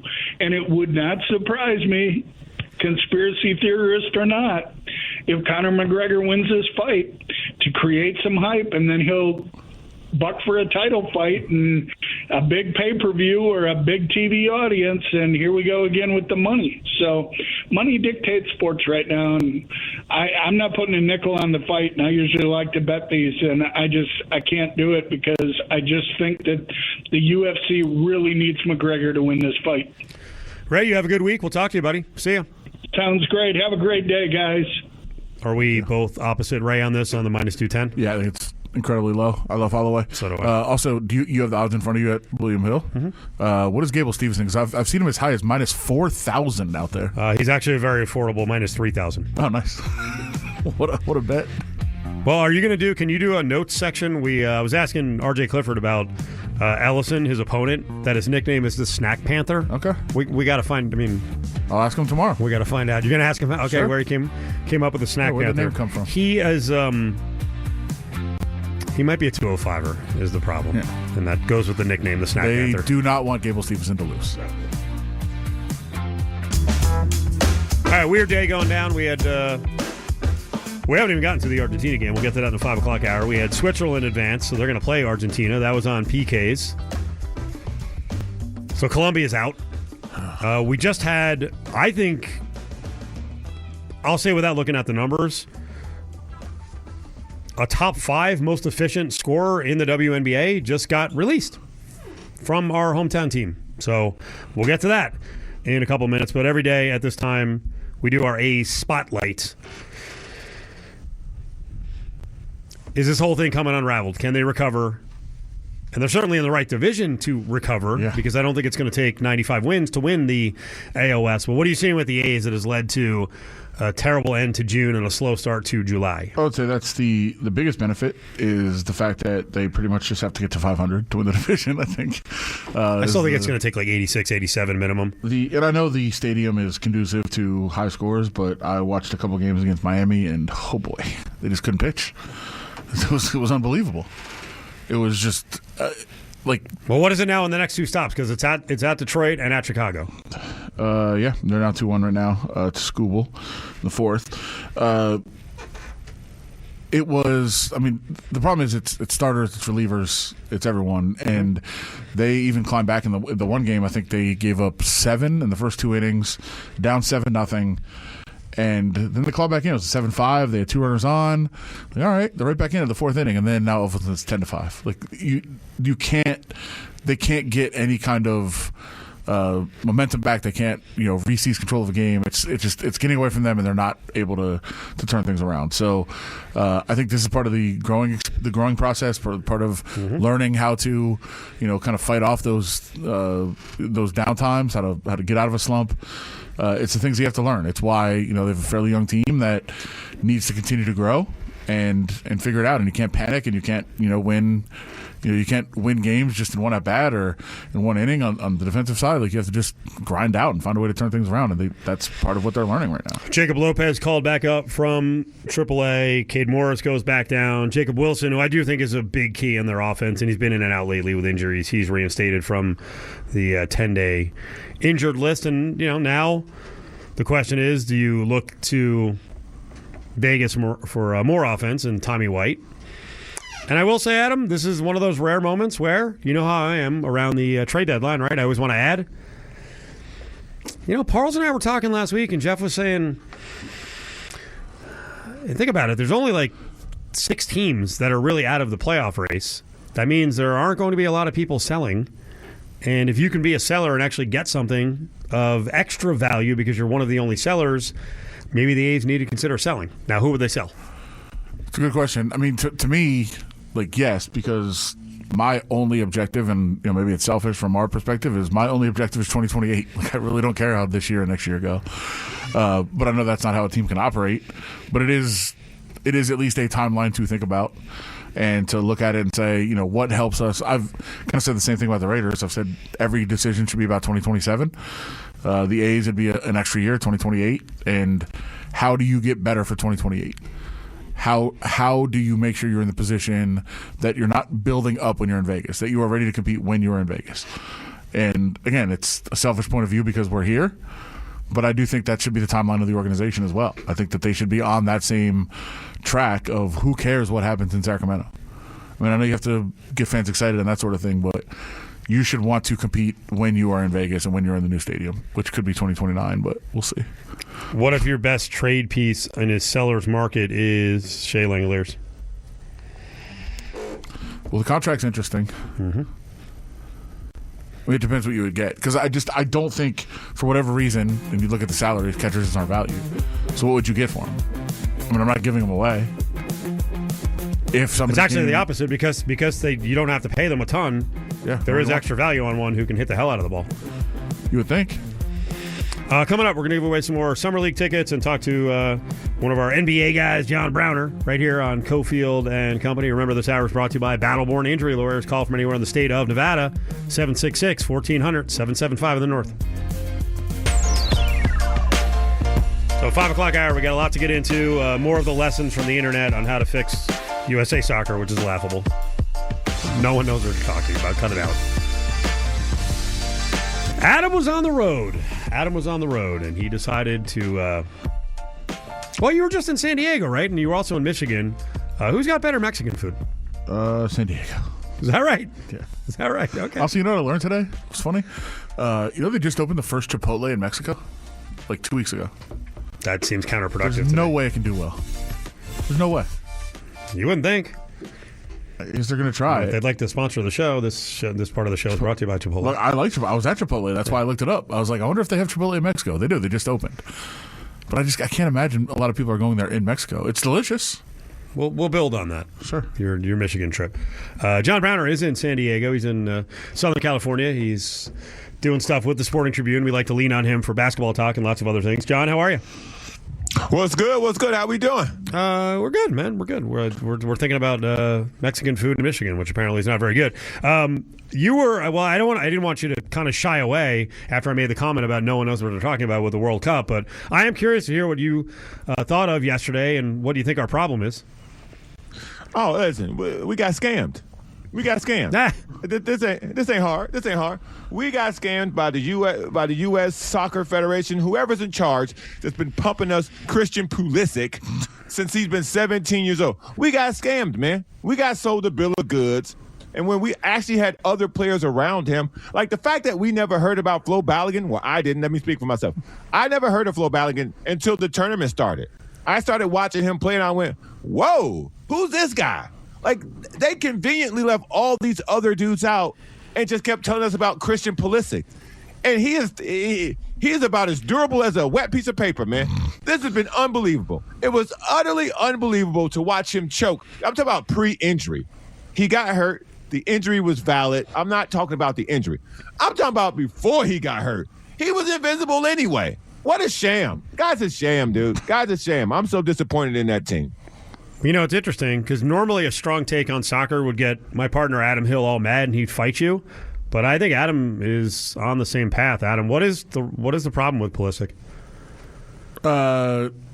Ooh, wow, you're hesitating. Boy, this is really bad. Well, I'm shocked you're not defending him. no, I'm not defending Pulisic at all. I don't think he should be on the team. Okay. Shouldn't be on the team. He's as John said, he's supposed to be the star of the team. He's not supposed to. You know, I'm being careful about a certain name today. I will say, Who? Go back and look.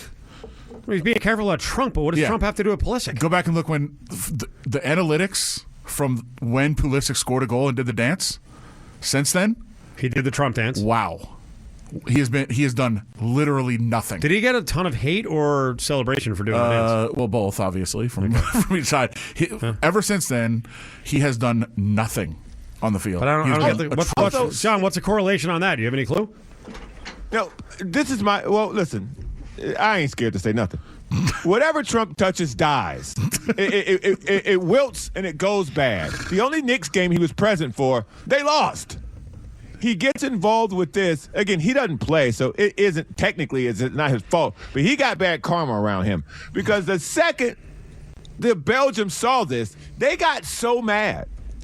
I think they kicked us so hard because they were so furious about him getting involved and getting Balogun back on the pitch. I literally thought that had a lot to do with the intensity. Yes, it was a World Cup game. Yes, it was the round of 16. But as we all know in the sports world, all an athlete truly needs is a little bit of inspiration. It ain't even got to be true. Michael Jordan's famous for making up things that were never said to him. Same thing for Kobe Bryant. The Belgians are no different.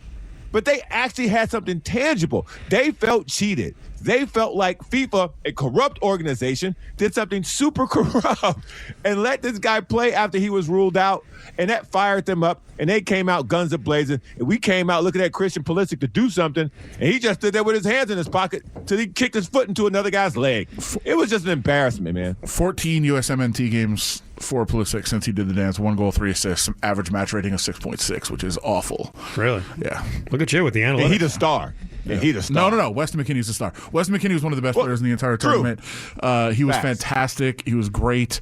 Flo Balogun is incredible. He did what he's supposed to do. He was fantastic in this tournament. Adams was really good. They have a good core. Why didn't they promote that? Why was the only face I've seen for years Christian Pulisic? Even though as they were changing coaches and changing managers, they were doing all this, but they just kept promoting one guy. You know why? Because he's white? Of course. And he's the only guy on the team that is, known as certain like. Don't say he's marketable. No, he's. Okay. It's the same reason Caitlin Clark is held up by a lot of people. Like there are people that just they assign values to somebody without even knowing whether they are or not. See, I think that we're in a holding pattern with soccer. To break through, you're going to have to promote the Flo Balligans. You're going to have to promote the Weston McKinneys because you need to have representation in places where soccer won't go. You've priced out a lot of minority children in soccer in America. And so instead of us giving the world our best athletes, the world gets what's left of our best athletes in soccer. And everyone knows this. This isn't a secret. But the world pours their best athlete into the sport of soccer. We in America, we pour what we have left in the bowl to make something out of it. And we get Christian Pulisic, and that's why we suffer. And that's what I'll say. Christian Pulisic has a ton of talent. He is hurt literally every time he steps on the field. Literally is not the right word. He is hurt all the time. He's always dealing with something. He's always complaining about being tired and needing rest. Like there are issues there, but he is a very talented player. He should have been a lot better. If you look back to 5 years ago, 6 years ago, it looked like he was going to be a massive star. Just has not panned out at this level for him. He's been pretty good internationally at times, but yes, there is a lot of issues in terms of marketing soccer, promoting soccer, making it more affordable in a lot of places. There's a lot of things that have to be fixed, but there is a decent core for U.S. soccer, hopefully, going forward. We'll see. John Browner's with us. Browner's podcast up on Twitter. He's on with videos literally every day. I'm sitting there in the morning prepping. I'm like, what? John's at where were you? What was the bowling alley bar you were at in San Diego last week? That place was awesome. Yeah, it's a place called East Village Tavern and Bowl here in the Gas Lamp in San Diego, California. If you ever get a chance to come down, got plenty of drinks, plenty of drink specials, and lanes to bowl. So they cut down on the lanes, but it's still 4 lanes to get down there and throw a strike while you wait for the sorry-ass Padres to start. So a lot of the people who may love Christian Pulisic for certain reasons really dislike LeBron for the same reasons. And I'm starting to see this narrative that because this has taken a couple extra days, that anytime anyone says, hey, LeBron has this suitor and that suitor and has like 6 teams interested, other people are like, I'm telling you, no one's interested. Do you believe no one is interested, or it's just a one-horse race with the Cavs? I believe Rich Paul is lying. Ooh, okay. Rich Paul is doing what an agent should do. He's mentioning these names, this sham of a whiteboard he threw up on his podcast, which I didn't know agents could have a podcast, which is wild to me, but okay. You have this board, and you say you've been contacted by every team in the NBA. Okay, cool.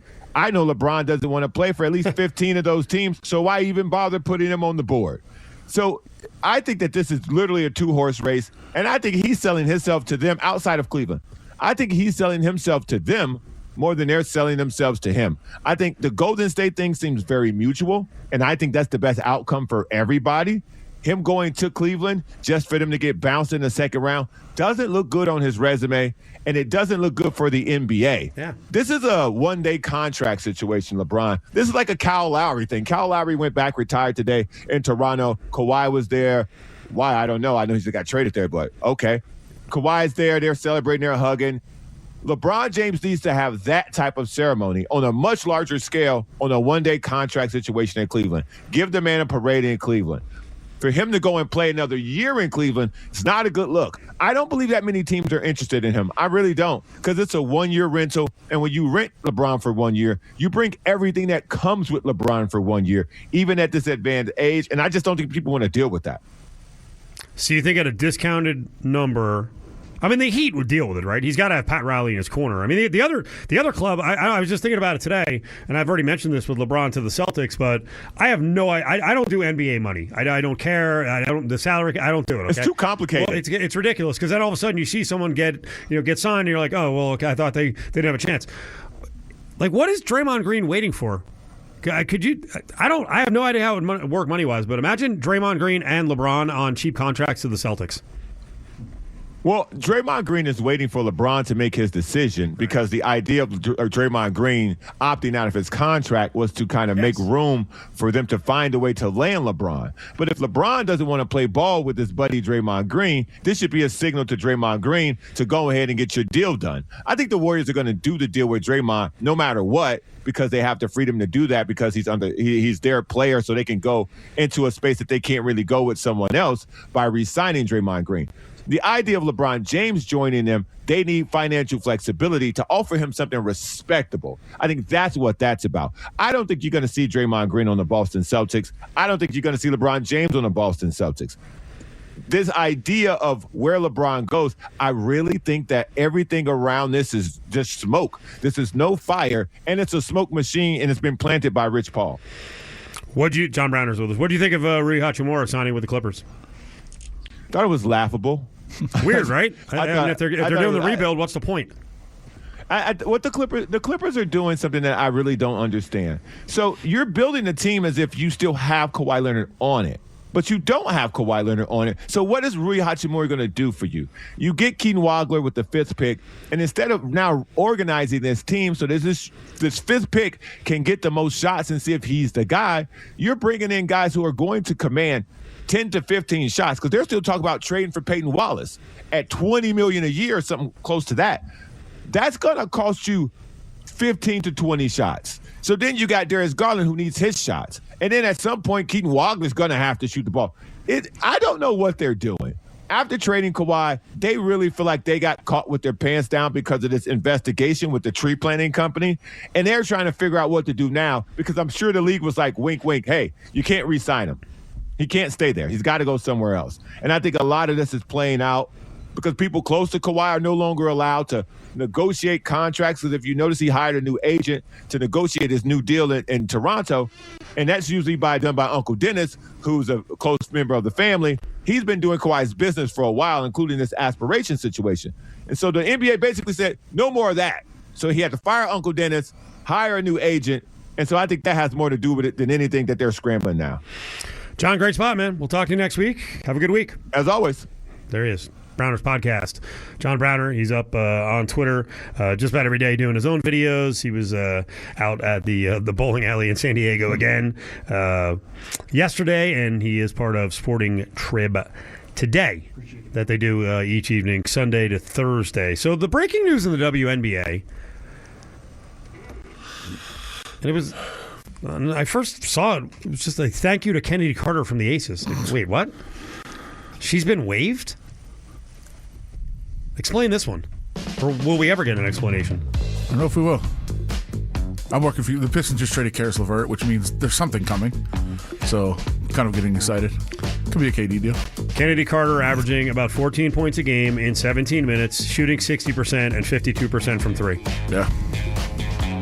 The question was never her on the court. Well, that's the question off the court. Is this some sort of mental health struggle, or do we have a discipline issue again? 5 o'clock hour, Cofield and Company. If you're looking for A's baseball, it's on the LV Sports Network. That's our group of 4 sports stations. Today, tomorrow, and Thursday, the A's game is on Fox Sports Las Vegas, and right now the A's are trailing at Detroit. It's 2-1, top of the 5th. Tigers have been playing better baseball of late. They've won 5 of 6. Might get back to 9 games under 500. Let's go, boys. Why can't they make a run? Their pitching's getting healthier. Skubal and Mize, if they don't trade Mize. Bullpen is a disaster. I was at a Tigers game. Had a nice lead late in the game. They brought in Will Vest about a week and a half ago, and oh boy, didn't go well. Colt Keith. I always get that wrong. Colt Keith. Home run earlier. Fan favorite, Colt Keith. JT Ginn, decent so far. 4+ 2 runs. It's easier to pitch in Comerica than whatever park is in Sacramento. What is it? Rayleigh's Park? It used to be Rayleigh's, I think. I don't know. I don't do sponsors. They don't pay me. You must love the World Cup venues. San Francisco Stadium. I mean, I actually take the opposite now. I want to give the sponsor out. I mean, you know what one got me really worked up? Is they're literally playing in the swamps of New Jersey, and the signage in the stadium says New York, New Jersey. It's in New Jersey. Can it at least get the top billing? Sutter Health Park in Sacramento. And normally, that New Jersey, New York park is Jet Life Park. Jet Life Stadium. MetLife. Jet Life. I don't do insurance unless they pay me. It is a good one. It's a classic. I came up with it on my own. LeBron conversation at the end of last hour. Mark Stein, who's been around for a long time covering the NBA, says the Heat, the Warriors, the Cavs, the Sixers, the Wolves, and the Nuggets are all teams kind of watching every dollar right now to see if they can maintain absolute flexibility in the event that LeBron says yes. I mean, I wouldn't want to stay in the West, but I would go to the Nuggets. I'm so confused on this. John Browner's the first guy who said it. Like, why go back to Cleveland to try to pull off a miracle? You're not going to win a title there. Go somewhere where you are going to win a title. That's legacy. Who cares? No matter where you go, people are going to root against you, LeBron. So join a juggernaut. Pistons? I still think playing for pennies on the dollar for the Celtics would be awesome, and it would. I mean, I hate Boston, and I hate their fans getting any deal with satisfaction. But it would be great for the NBA. And he'd have a chance in the East. And I don't know. Sometimes I think some of your mentality is rubbed off that when you see Brad Stevens make a deal and you're like, moron! And then you think to yourself, like, he's not a moron. There's a reason he did this. I have the suspicion that that Jaylen Brown in Philly might be a disaster. It's possible. I don't know why. But I could see him. I could see, him talking a little too much, and the Sixers fans, they'll turn on you pretty quickly. I'm very distracted NBA wise by the possibility of Durant and Cade Cunningham together. Who? If Durant goes to the Pistons. Oh, Kevin Durant. Okay. Yeah. I thought you were mispronouncing Jalen Duren. No, Duren. No. Which, by the way, that didn't work out for him, did it? So far. Yeah. Sure, there's still tens of millions of dollars out there in the NBA for him. But Durant to the Pistons would be fun. With Cade would be fun. It would be good. I would enjoy it. Go to the East. Anyone who can knock off the Knicks makes me happy. That's pretty bad. It's pretty bad when I'm rooting for the Celtics to get someone so that'll help them knock off the Knicks. You got your 1 year, that's enough. The fans are unbearable. Well, it's too bad because there are a lot of Knicks fans, as I said during the whole run. There are a lot of Knicks fans I do like. But there's others who are just, like you said, just unbearable. There's too many of them that are unbearable. It's the worst. I mean, and they're coming out of the woodwork still. Why did Travis Kelce and Taylor Swift just violate all marks of decency? Was it Travis Kelce and Taylor Kelce? Travis Kelce and Taylor Kelce. Is she going to go by that? Is that her stage name now? I think so. The Eras Tour with Taylor Kelce. But then would her people be the Kelces? Then you would just go back to pronouncing it incorrectly that you hate so much? Interesting. Brock Bowers was at the wedding? He was. What's the kind of tie reverse engineered that one. Well, tight end you would be the tie. I think Caleb Herring nailed it yesterday. When you have to push your guest list to 1,000 people, now you're just invited. You don't know these people. I think it's the other way.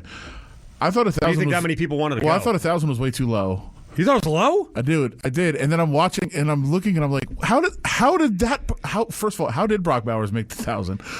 That's crazy.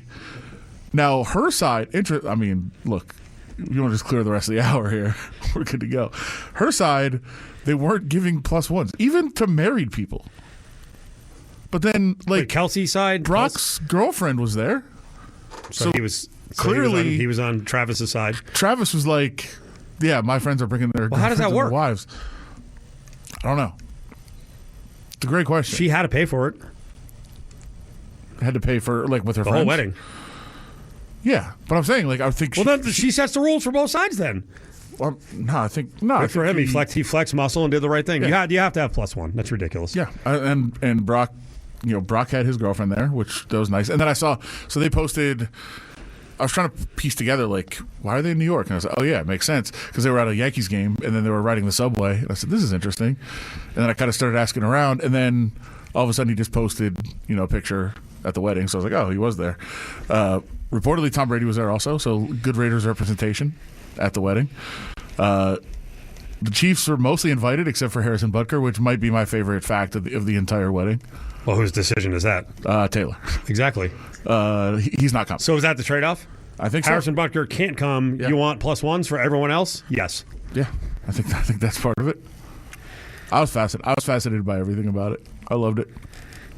First of all, Adam Sandler being the officiant is ridiculous. Just from the golf from the golf movie? Yeah. Is that their relationship? No.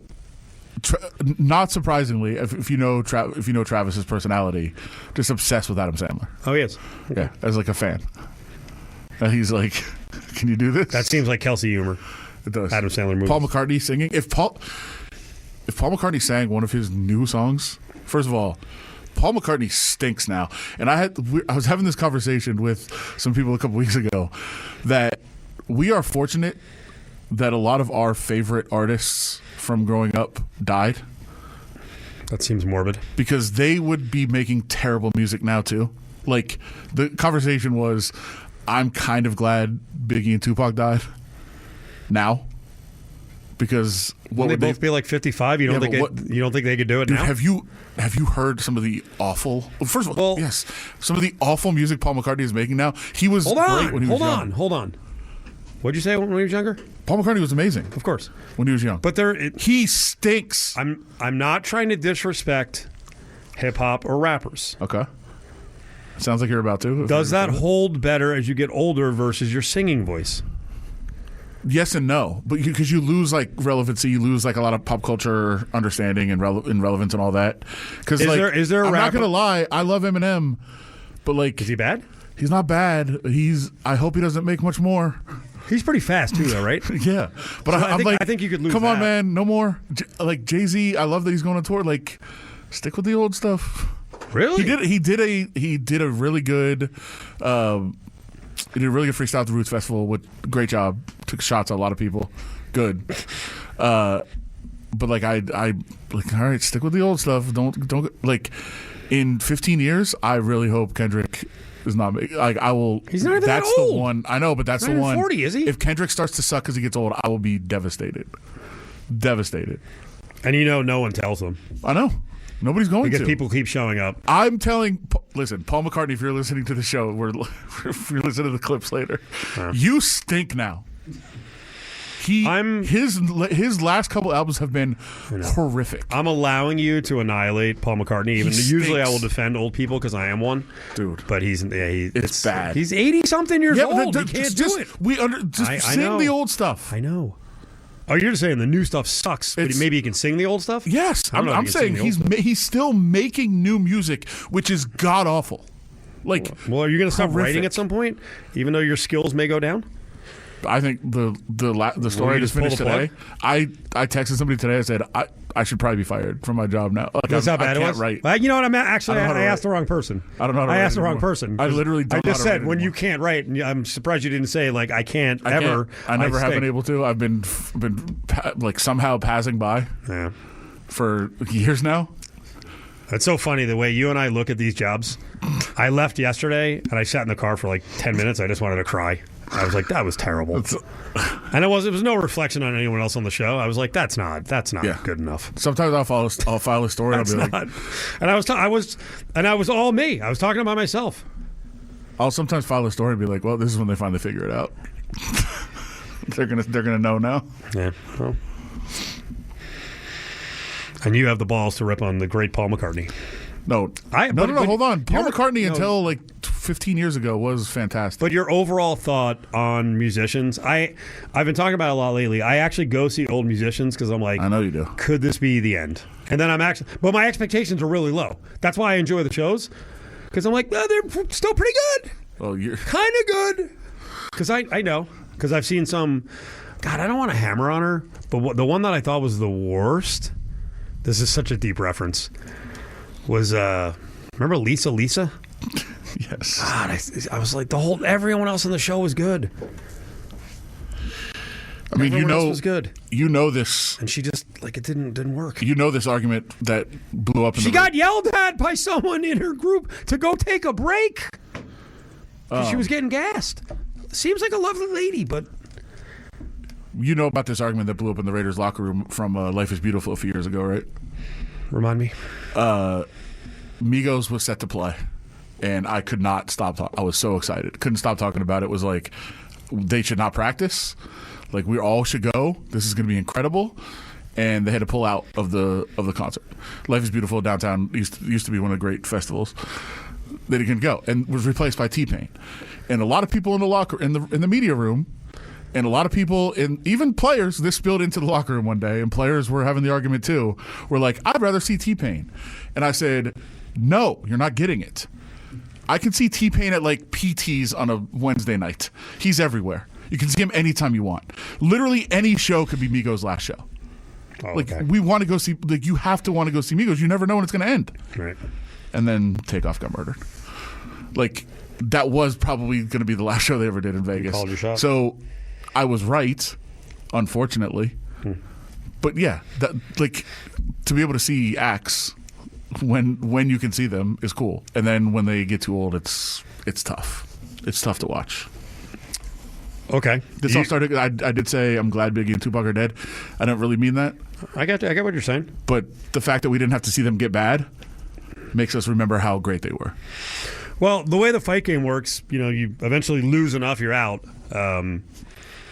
I just saw a story on Conor McGregor by Andreas Hale. He's a good writer, ESPN.com, and he wrote, money changes everything inside the 9-year free fall of Conor McGregor. Are we to go down this same path? Like, go watch Conor McGregor fight one more time before he's dead? Well, I don't know if I would say before. I think it's already too late if you want to see him in his prime. Well, what's in this 9-year free fall? I mean, there are some things that he's done where he's sexual assault. Oh, and no, I mean, there's other stuff he's done where he's lucky potentially to be alive. Sure, he's lived a lot of substances allegedly. Lived a dangerous existence here. He's pushed the envelope a lot. Yes. Could be in jail, could be dead, a lot of things. I mean, the jail thing is legit. Probably should be in jail. Also, the image of Conor McGregor in America compared to the image of Conor McGregor in Ireland is pretty wild. Yeah, what is it in Ireland now? He's just despised. He can't escape it. There's no the culture does not exist like it does here. No, where there's complete forgiveness for stuff like that. No, plus they've seen it closer, up close. I mean, he allegedly punched the old man for not drinking his whiskey, which is just things that people that are not of right mind do. Yeah. I think a lot of people there have seen it firsthand too, where we really have just kind of seen it on social media and seen it through other outlets. Like, he's just the feelings about him there are not what they are here. Well, let's turn to AI. This part of the rundown.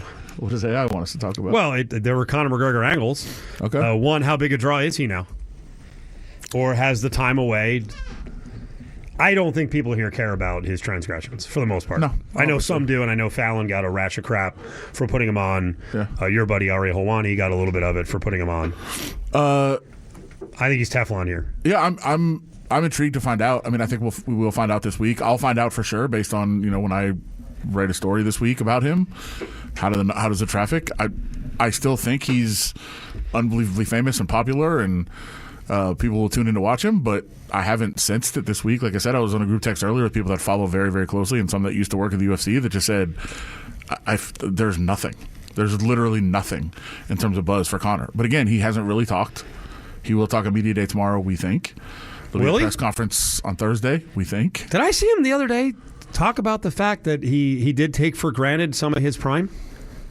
I saw a quote. So can he just flip the switch and be obnoxious Conor McGregor again? I mean, I hope so. I feel like he's like turn over a new leaf, respectful guy. That's not going to sell crap. I mean, do what you want. And you know what? Who said it earlier? Did you say it or RJ? I think you guys were on the conversation about like what is. I think you said it. What is McGregor's motivation now? There's no pay-per-view points. No. Here's the money. Yeah. That's it. Yeah. Like if you sell pay-per-views, good. There's no pay-per-view, so it doesn't matter. I mean, I guess the motivation would be if he does huge numbers on CBS. They want to bring him back and maybe give him more bonus next time. Whatever. I don't know. Maybe. That's another thing.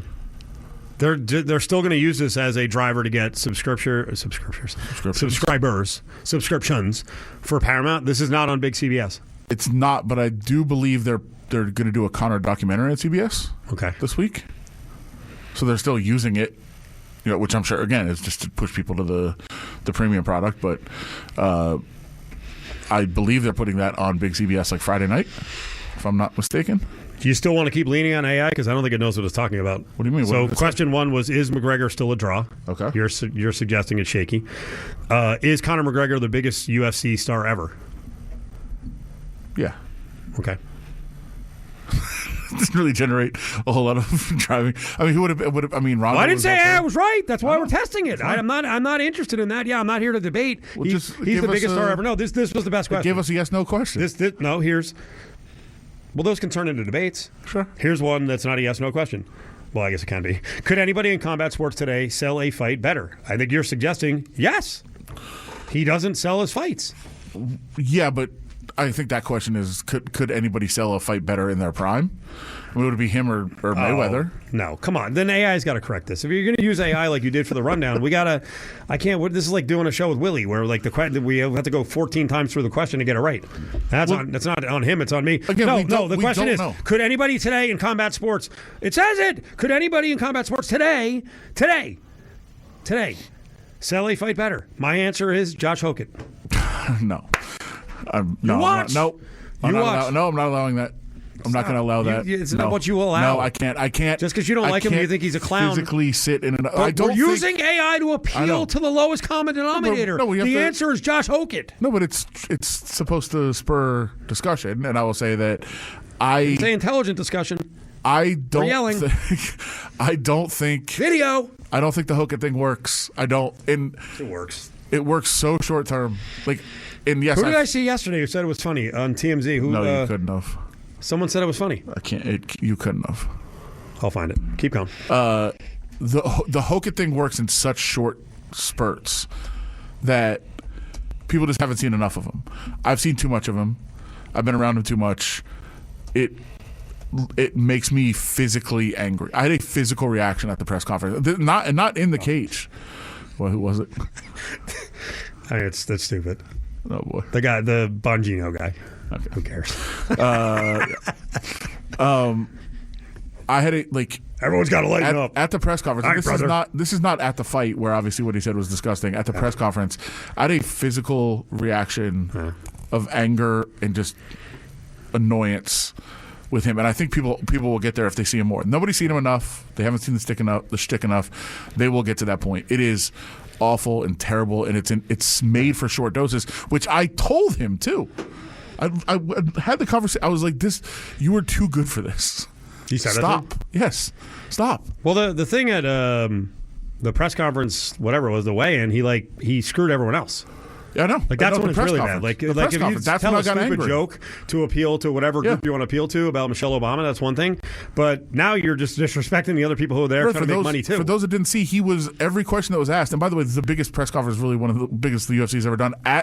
On the stairs of the Lincoln Memorial, where literally in the same spot where MLK gave the "I Have a Dream" speech. And has somebody reminded me that's the Forrest Gump scene. There was a Forrest Gump scene literally in the same spot where he was doing this. It was interrupting every question to every fighter with a weird gimmick, which wasn't even funny or interesting or anything. There was nothing. He was doing shy guy. And that's not like a character. That's literally he was just being shy. Where somebody would ask a question to like Ilia Topuria, the best fighter in the world, who did lose, or Justin Gaethje, and they would say, Justin, not great questions or whatever, but what is this experience like for you? And instead of him answering, Hokett would jump in. I hope I can fight too. Like, what are you doing? And for those that, at the media day, which nobody ever even saw, he went up and did like a 5-minute stand-up bit that was intentionally unfunny. Yeah.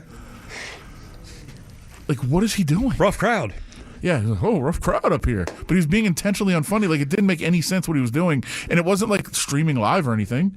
This was just for the people in the media room. It didn't make any sense. I don't think he's marketable. I think people see him in real short bursts and they think he is. And then when you get to hear him a little bit more, it's not marketable. Conor is the most marketable guy. I don't think he has the motivation for it. Like, if he still to sell pay-per-views, would it be different? Probably. But he doesn't have to. So, like, his motivation is different, not his marketability. AI.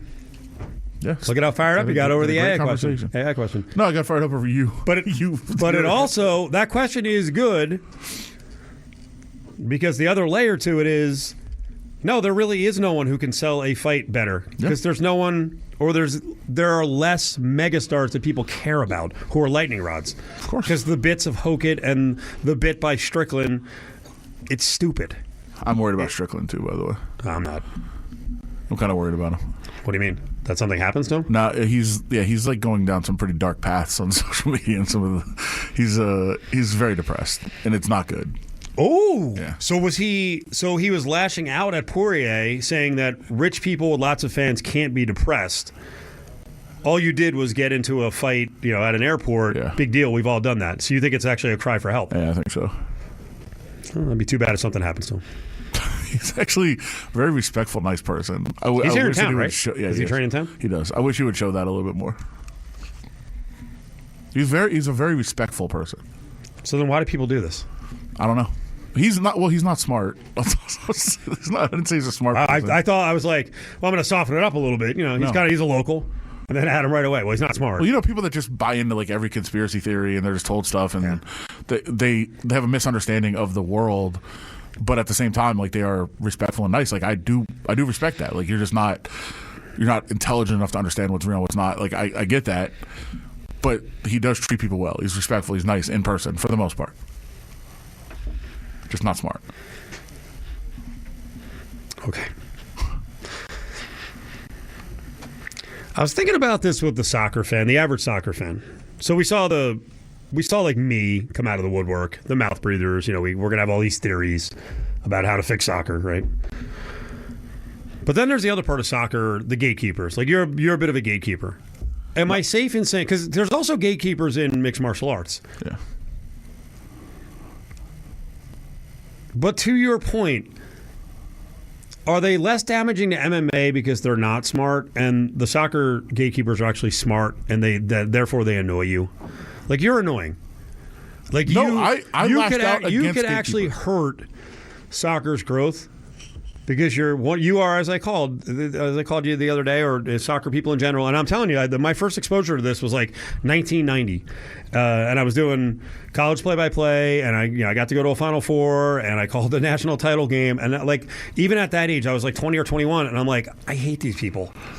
No, They're just so snooty. I hated them. If Like, people think they listen now and they're like, man, what's happened to this Cofield guy? Life is just, he's so bitter. Like, no, I could see snootiness. I was a man of the people at 20 and even younger.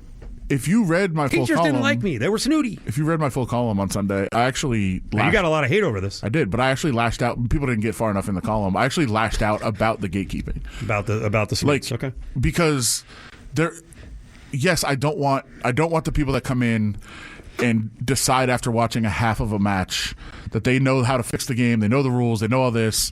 Why don't they just do this? We do this. Like, the bluster is annoying. However, I said in the second half of the column, I said, but here's the other side. If you are a soccer fan and somebody is really trying to get into the game, and this is all over social media, and they're like, hey, I don't understand the offsides rule. And your response is, actually, in soccer, it's offside. Screw you. You did that to me for an hour on Friday. You and JBT. No, that was a joke. Because I'd already written the column. You're just busting my chops. Yes, I was joking about that.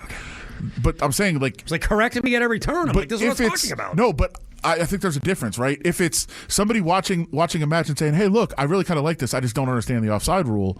And I think the response, or the offsides rule, the responsibility, I think, as a soccer person is to be like, oh, actually, here's how it works. This is how it plays out, and like help their understanding of the game. Not, it's actually offside, not offsides. Because screw that.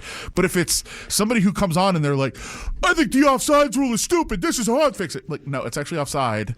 You're an idiot. You don't know what you're talking about. That's the difference, right? If somebody is genuinely curious, I think it is a responsibility of soccer people to be like, you don't correct they don't know offsides or offside. Actually, kind of help them and understand. But if it's the blustery ones, you're like, no, I will correct you because you're an idiot and you're just being loud and obnoxious about it. You don't have an actual genuine interest, because those are the same people, like I said, that after the game. It was annoying. There's one yesterday. There's a national person yesterday that was like, the only reason Belgium's so upset about this is they're scared. They know we're a soccer country now and we're going to crush them. That's why they're upset about this whole thing. And then after the match, they were like, well, they were just better than us. We never had a chance anyway. Like, what? 4 hours ago, you said we're better than them and they're scared. Who was this? Clay Travis. Yeah. There was one of the most obnoxious people on the planet. It was like all parts of society. And I know a lot of what RG3 does is a bit, but his whole thing was just like the country wasn't united in our rooting interest behind USA. That's why they lost. Like, It's a lot. It's a lot. It's a lot. Look at him. He dropped his head and just said, it's a lot. It's too much. We did 2.5 hours. We barely did it. I think the bottom line is Paul McCartney sucks now. His new music is the worst. Like some of the worst music that's ever been made by anyone. And somebody should stop him. But he's too big. That's where we started this, right? Yeah. He's too famous for anybody to tell him, like, bro, sing Let It Be and sit down. Nobody wants to hear this new nonsense that you're putting out. He did it on SNL. He went on SNL and did new music. Why? Have you listened to it? How down were you about? I mean, I felt bad for you a minute ago. You just said completely steered the conversation in a different direction. Will you, now that you've calmed down a little bit, I'm not. Will you go with a pick-me-up and watch the movie Victory? What is that? That's the one with Stallone and Pele. They beat the Germans. Oh, the old one? Yeah. Yeah, no. Michael Caine's in it. No, I don't think I'm going to watch that. USA. The new George Washington movie is supposed to be really good. You heard seen the hype for that? No. You haven't, actually? No, look, because last night, well, we're really going off the deep end here. Last night, I was made to watch Little Brother. What the hell is that? John Cena, Eric Andre. I'm so out. For some reason, Christopher Maloney from Law and Order. Elliot from Law and Order is in it. Michelle Monaghan was in it. Who's the Asian lady who's by that I was looking her up last night? She used to do radio in LA too. But the SO made me watch it, and as she's watching it, she's like, "God, this is stupid." I'm like, I only have so much time left on Earth. Why? And then I ruined it for her because I was like, you know what this is? Remember the movie What About Bob? One of the great movies of all time. And I had a long conversation. I hated that movie. I hated Bill Murray. I had a conversation. I feel like that's going to happen to me, or I've had it happen to me worse. Like someone comes in and takes all your family's love from you, and you look like a horse's ass. And it was like the same movie. But with just dumb jokes from 2026. Who did I have? One of the greatest movies ever. It's a top 10 movie to me. I'm trying to think who I had this conversation with not too long ago. And watch it again. You had a conversation about What About Bob? I did. And I can't remember why. It was very recent. But if you go back and watch it again, I highly recommend it because it is good. It's a fantastically funny movie. And you have to understand, in the movie, Richard Dreyfuss ends up, as you said, because Bill Murray steals basically all the love of the family from him. The family hates him. They start loving Bill Murray, who is obnoxious. If you go back and watch it, apparently Bill Murray and Richard Dreyfuss hated each other and still do. I believe it. And that that is why the movie is so good, because they could not stand each other. Yeah. And if you watch the movie again and realize that, it's even better. It's one of the weird things in entertainment, like news unveiling. Isn't it more known now than ever that Bill Murray is an ass? Oh yeah, like he's not the lovable person that everyone thinks he is. But I see him like once a year. He's got a lot of people who just like think he's just a D. I see him once a year at Delmar, and he's like pretty awesome. He's cool. I think he goes to every day of the maybe he just his what about Bob existence is like his whole life. He hangs out at people are like you're just stealing love from us. He hangs out at the bar at the Delmar Hilton after the meets. Right, then I stand corrected. Great. By the way, in the new Young Washington movie, that's where I was going. Kelsey. Sorry. Kelsey Grammer plays Thomas Fairfax, which could be just great. 364-1100, 364-1100. I didn't have a segue. We have giveaway, though. Summer League tickets going out to any day of the Summer League. The Summer League's coming up here on Thursday, July 9th to the 19th. UNLVtickets.com. Get on out there. We got to prove we deserve the NBA. Let's get good attendance. We do it every year, but let's do it for this year's Summer League. You got all these young stars like A.J. DeBonsa, who's going to be playing, of course, Boozer as well. Caller 7 right now. You get a pair of tickets, 364-1100. All right, rolling on this Tuesday. Adam Hill is here. Before you go on vacation, where? Cancun? Cabo? Puerto Vallarta? Where? Cabo. I hate Puerto Vallarta. Despise it. We've done much of the show, and we plan on doing this moving forward via AI. We're not going to actually prep a show anymore. AI is just going to do it for us. But I was playing some music for you during the break. What did you think? It wasn't good. Actually, the first thing I thought of was in my really high... cheesy karaoke voice, I could do this, which means it's not good. Yeah. It was Paul McCartney. It was. He's old. Stop then. Like, if you weren't at the wedding, who cares?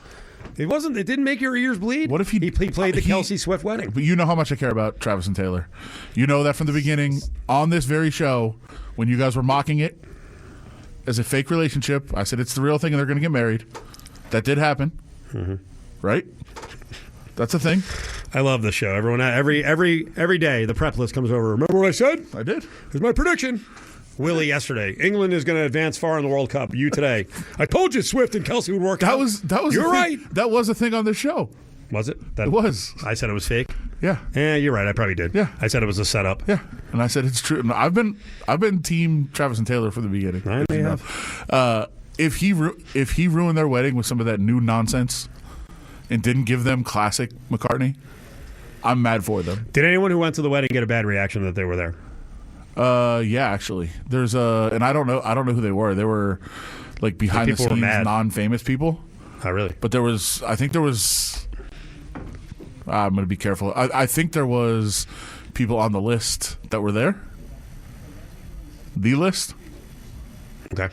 Oh, really? But I don't know who they were. I've seen people? Of course, there were people that I didn't care about or didn't know. What about Simone Biles? If they weren't fit, she was there. Okay. She got a +1 too.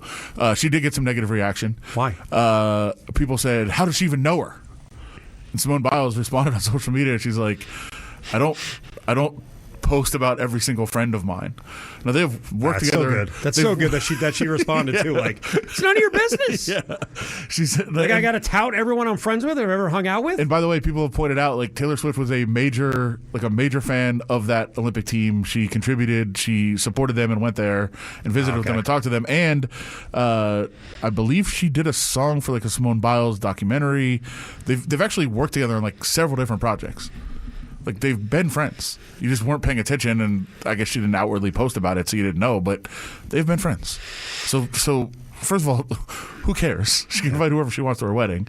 But second of all, as Simone Biles said, you don't know everything about my life. Yep.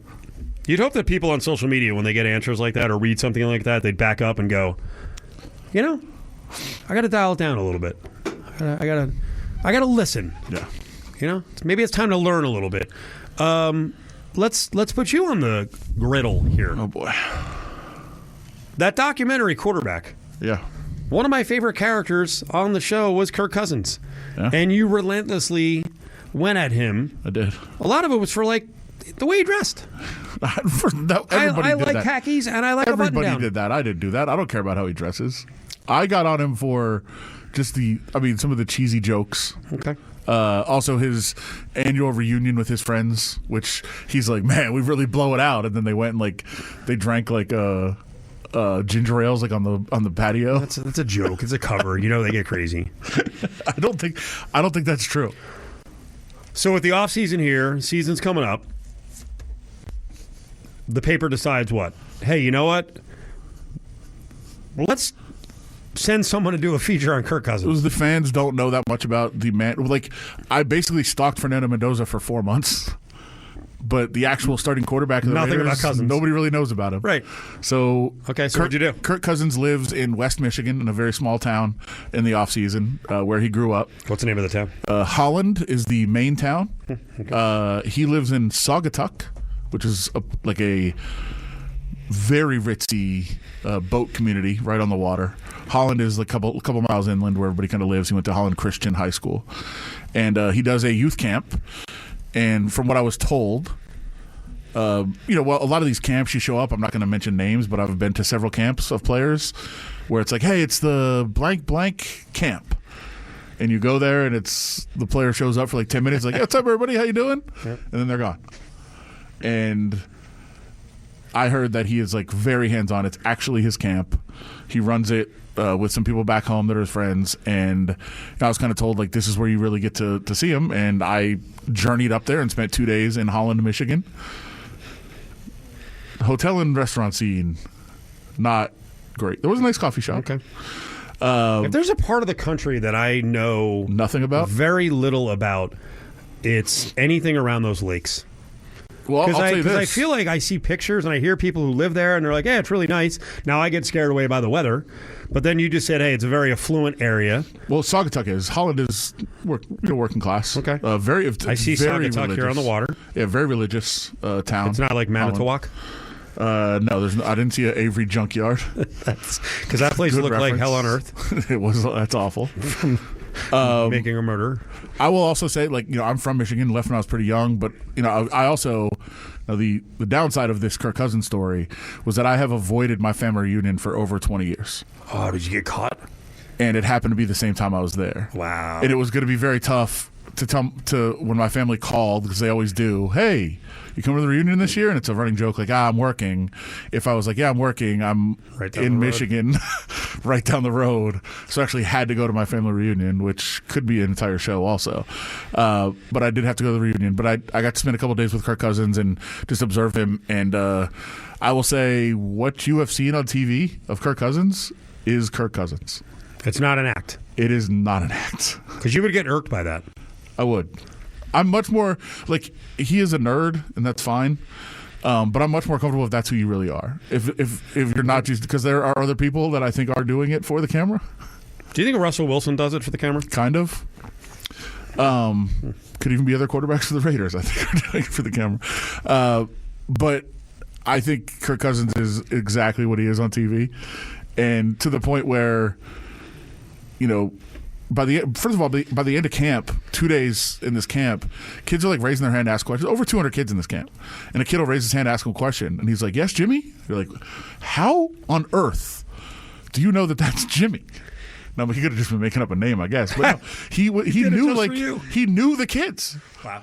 By the end of the 2 days, because he was so involved in everything and was there, and he was so accessible that kids were running up to him. Like, "Hey, Kirk, did you see my throw?" He's like, "Yeah, I saw it, buddy." They felt like he was their friend at that point, which is kind of cool to see for an NFL player, and cool for the community that he's able to do that. And one of the things that I thought was very cool is I talked to the coach of the high school there and the quarterback, and they said he every Saturday he'll wake up, he'll check the score, he'll read what happened, he'll get a stream of the game, and then he'll text the quarterbacks for the high school and say, "Hey, you did this well, you didn't do this well, you got to work on this." He stays in touch with them in that way, which I thought was really cool too. He just is what he is. Everybody that comes up to him, he asks about them first. Every single person. And I'll say me included. I'd include that in the story because you stay out of the story, but I was trying to ask him questions. He literally was just interviewing me about my life, but he did that to everybody that came up to him. Does he know anything about you personally that maybe you didn't think you gave him? He does now. Do you like people like that? When it's real, yeah, right. I find it off-putting. It makes me feel. Usually, I do. It's just very selfish. It makes me feel bad because I'm not like that. I'm a selfish ass. Yeah, me too. And when someone's really nice, I'm like, I guess I should. But be I'm like not. that. I don't feel like I'm selfish, but I'm also. Is it selfish? Yeah, you're better than me. I'm going to say I'm very self-absorbed. Yeah, and I am. So when someone famous like Kirk Cousins is doing that to you, you're like, yeah, okay. Well, in a lot of ways, I admire. This is gonna. I mean, I'll say it the most obnoxious way possible. When you are with a family or friends or whatever, your job is interesting. There's a lot of things that happen. It's fun. When you're at a family reunion, I'll just say from experience, it's like, "Hey man, what's going on in your life?" "Oh man, you're putting the heating and air conditioning in." And right, so hold that thought. All right, man.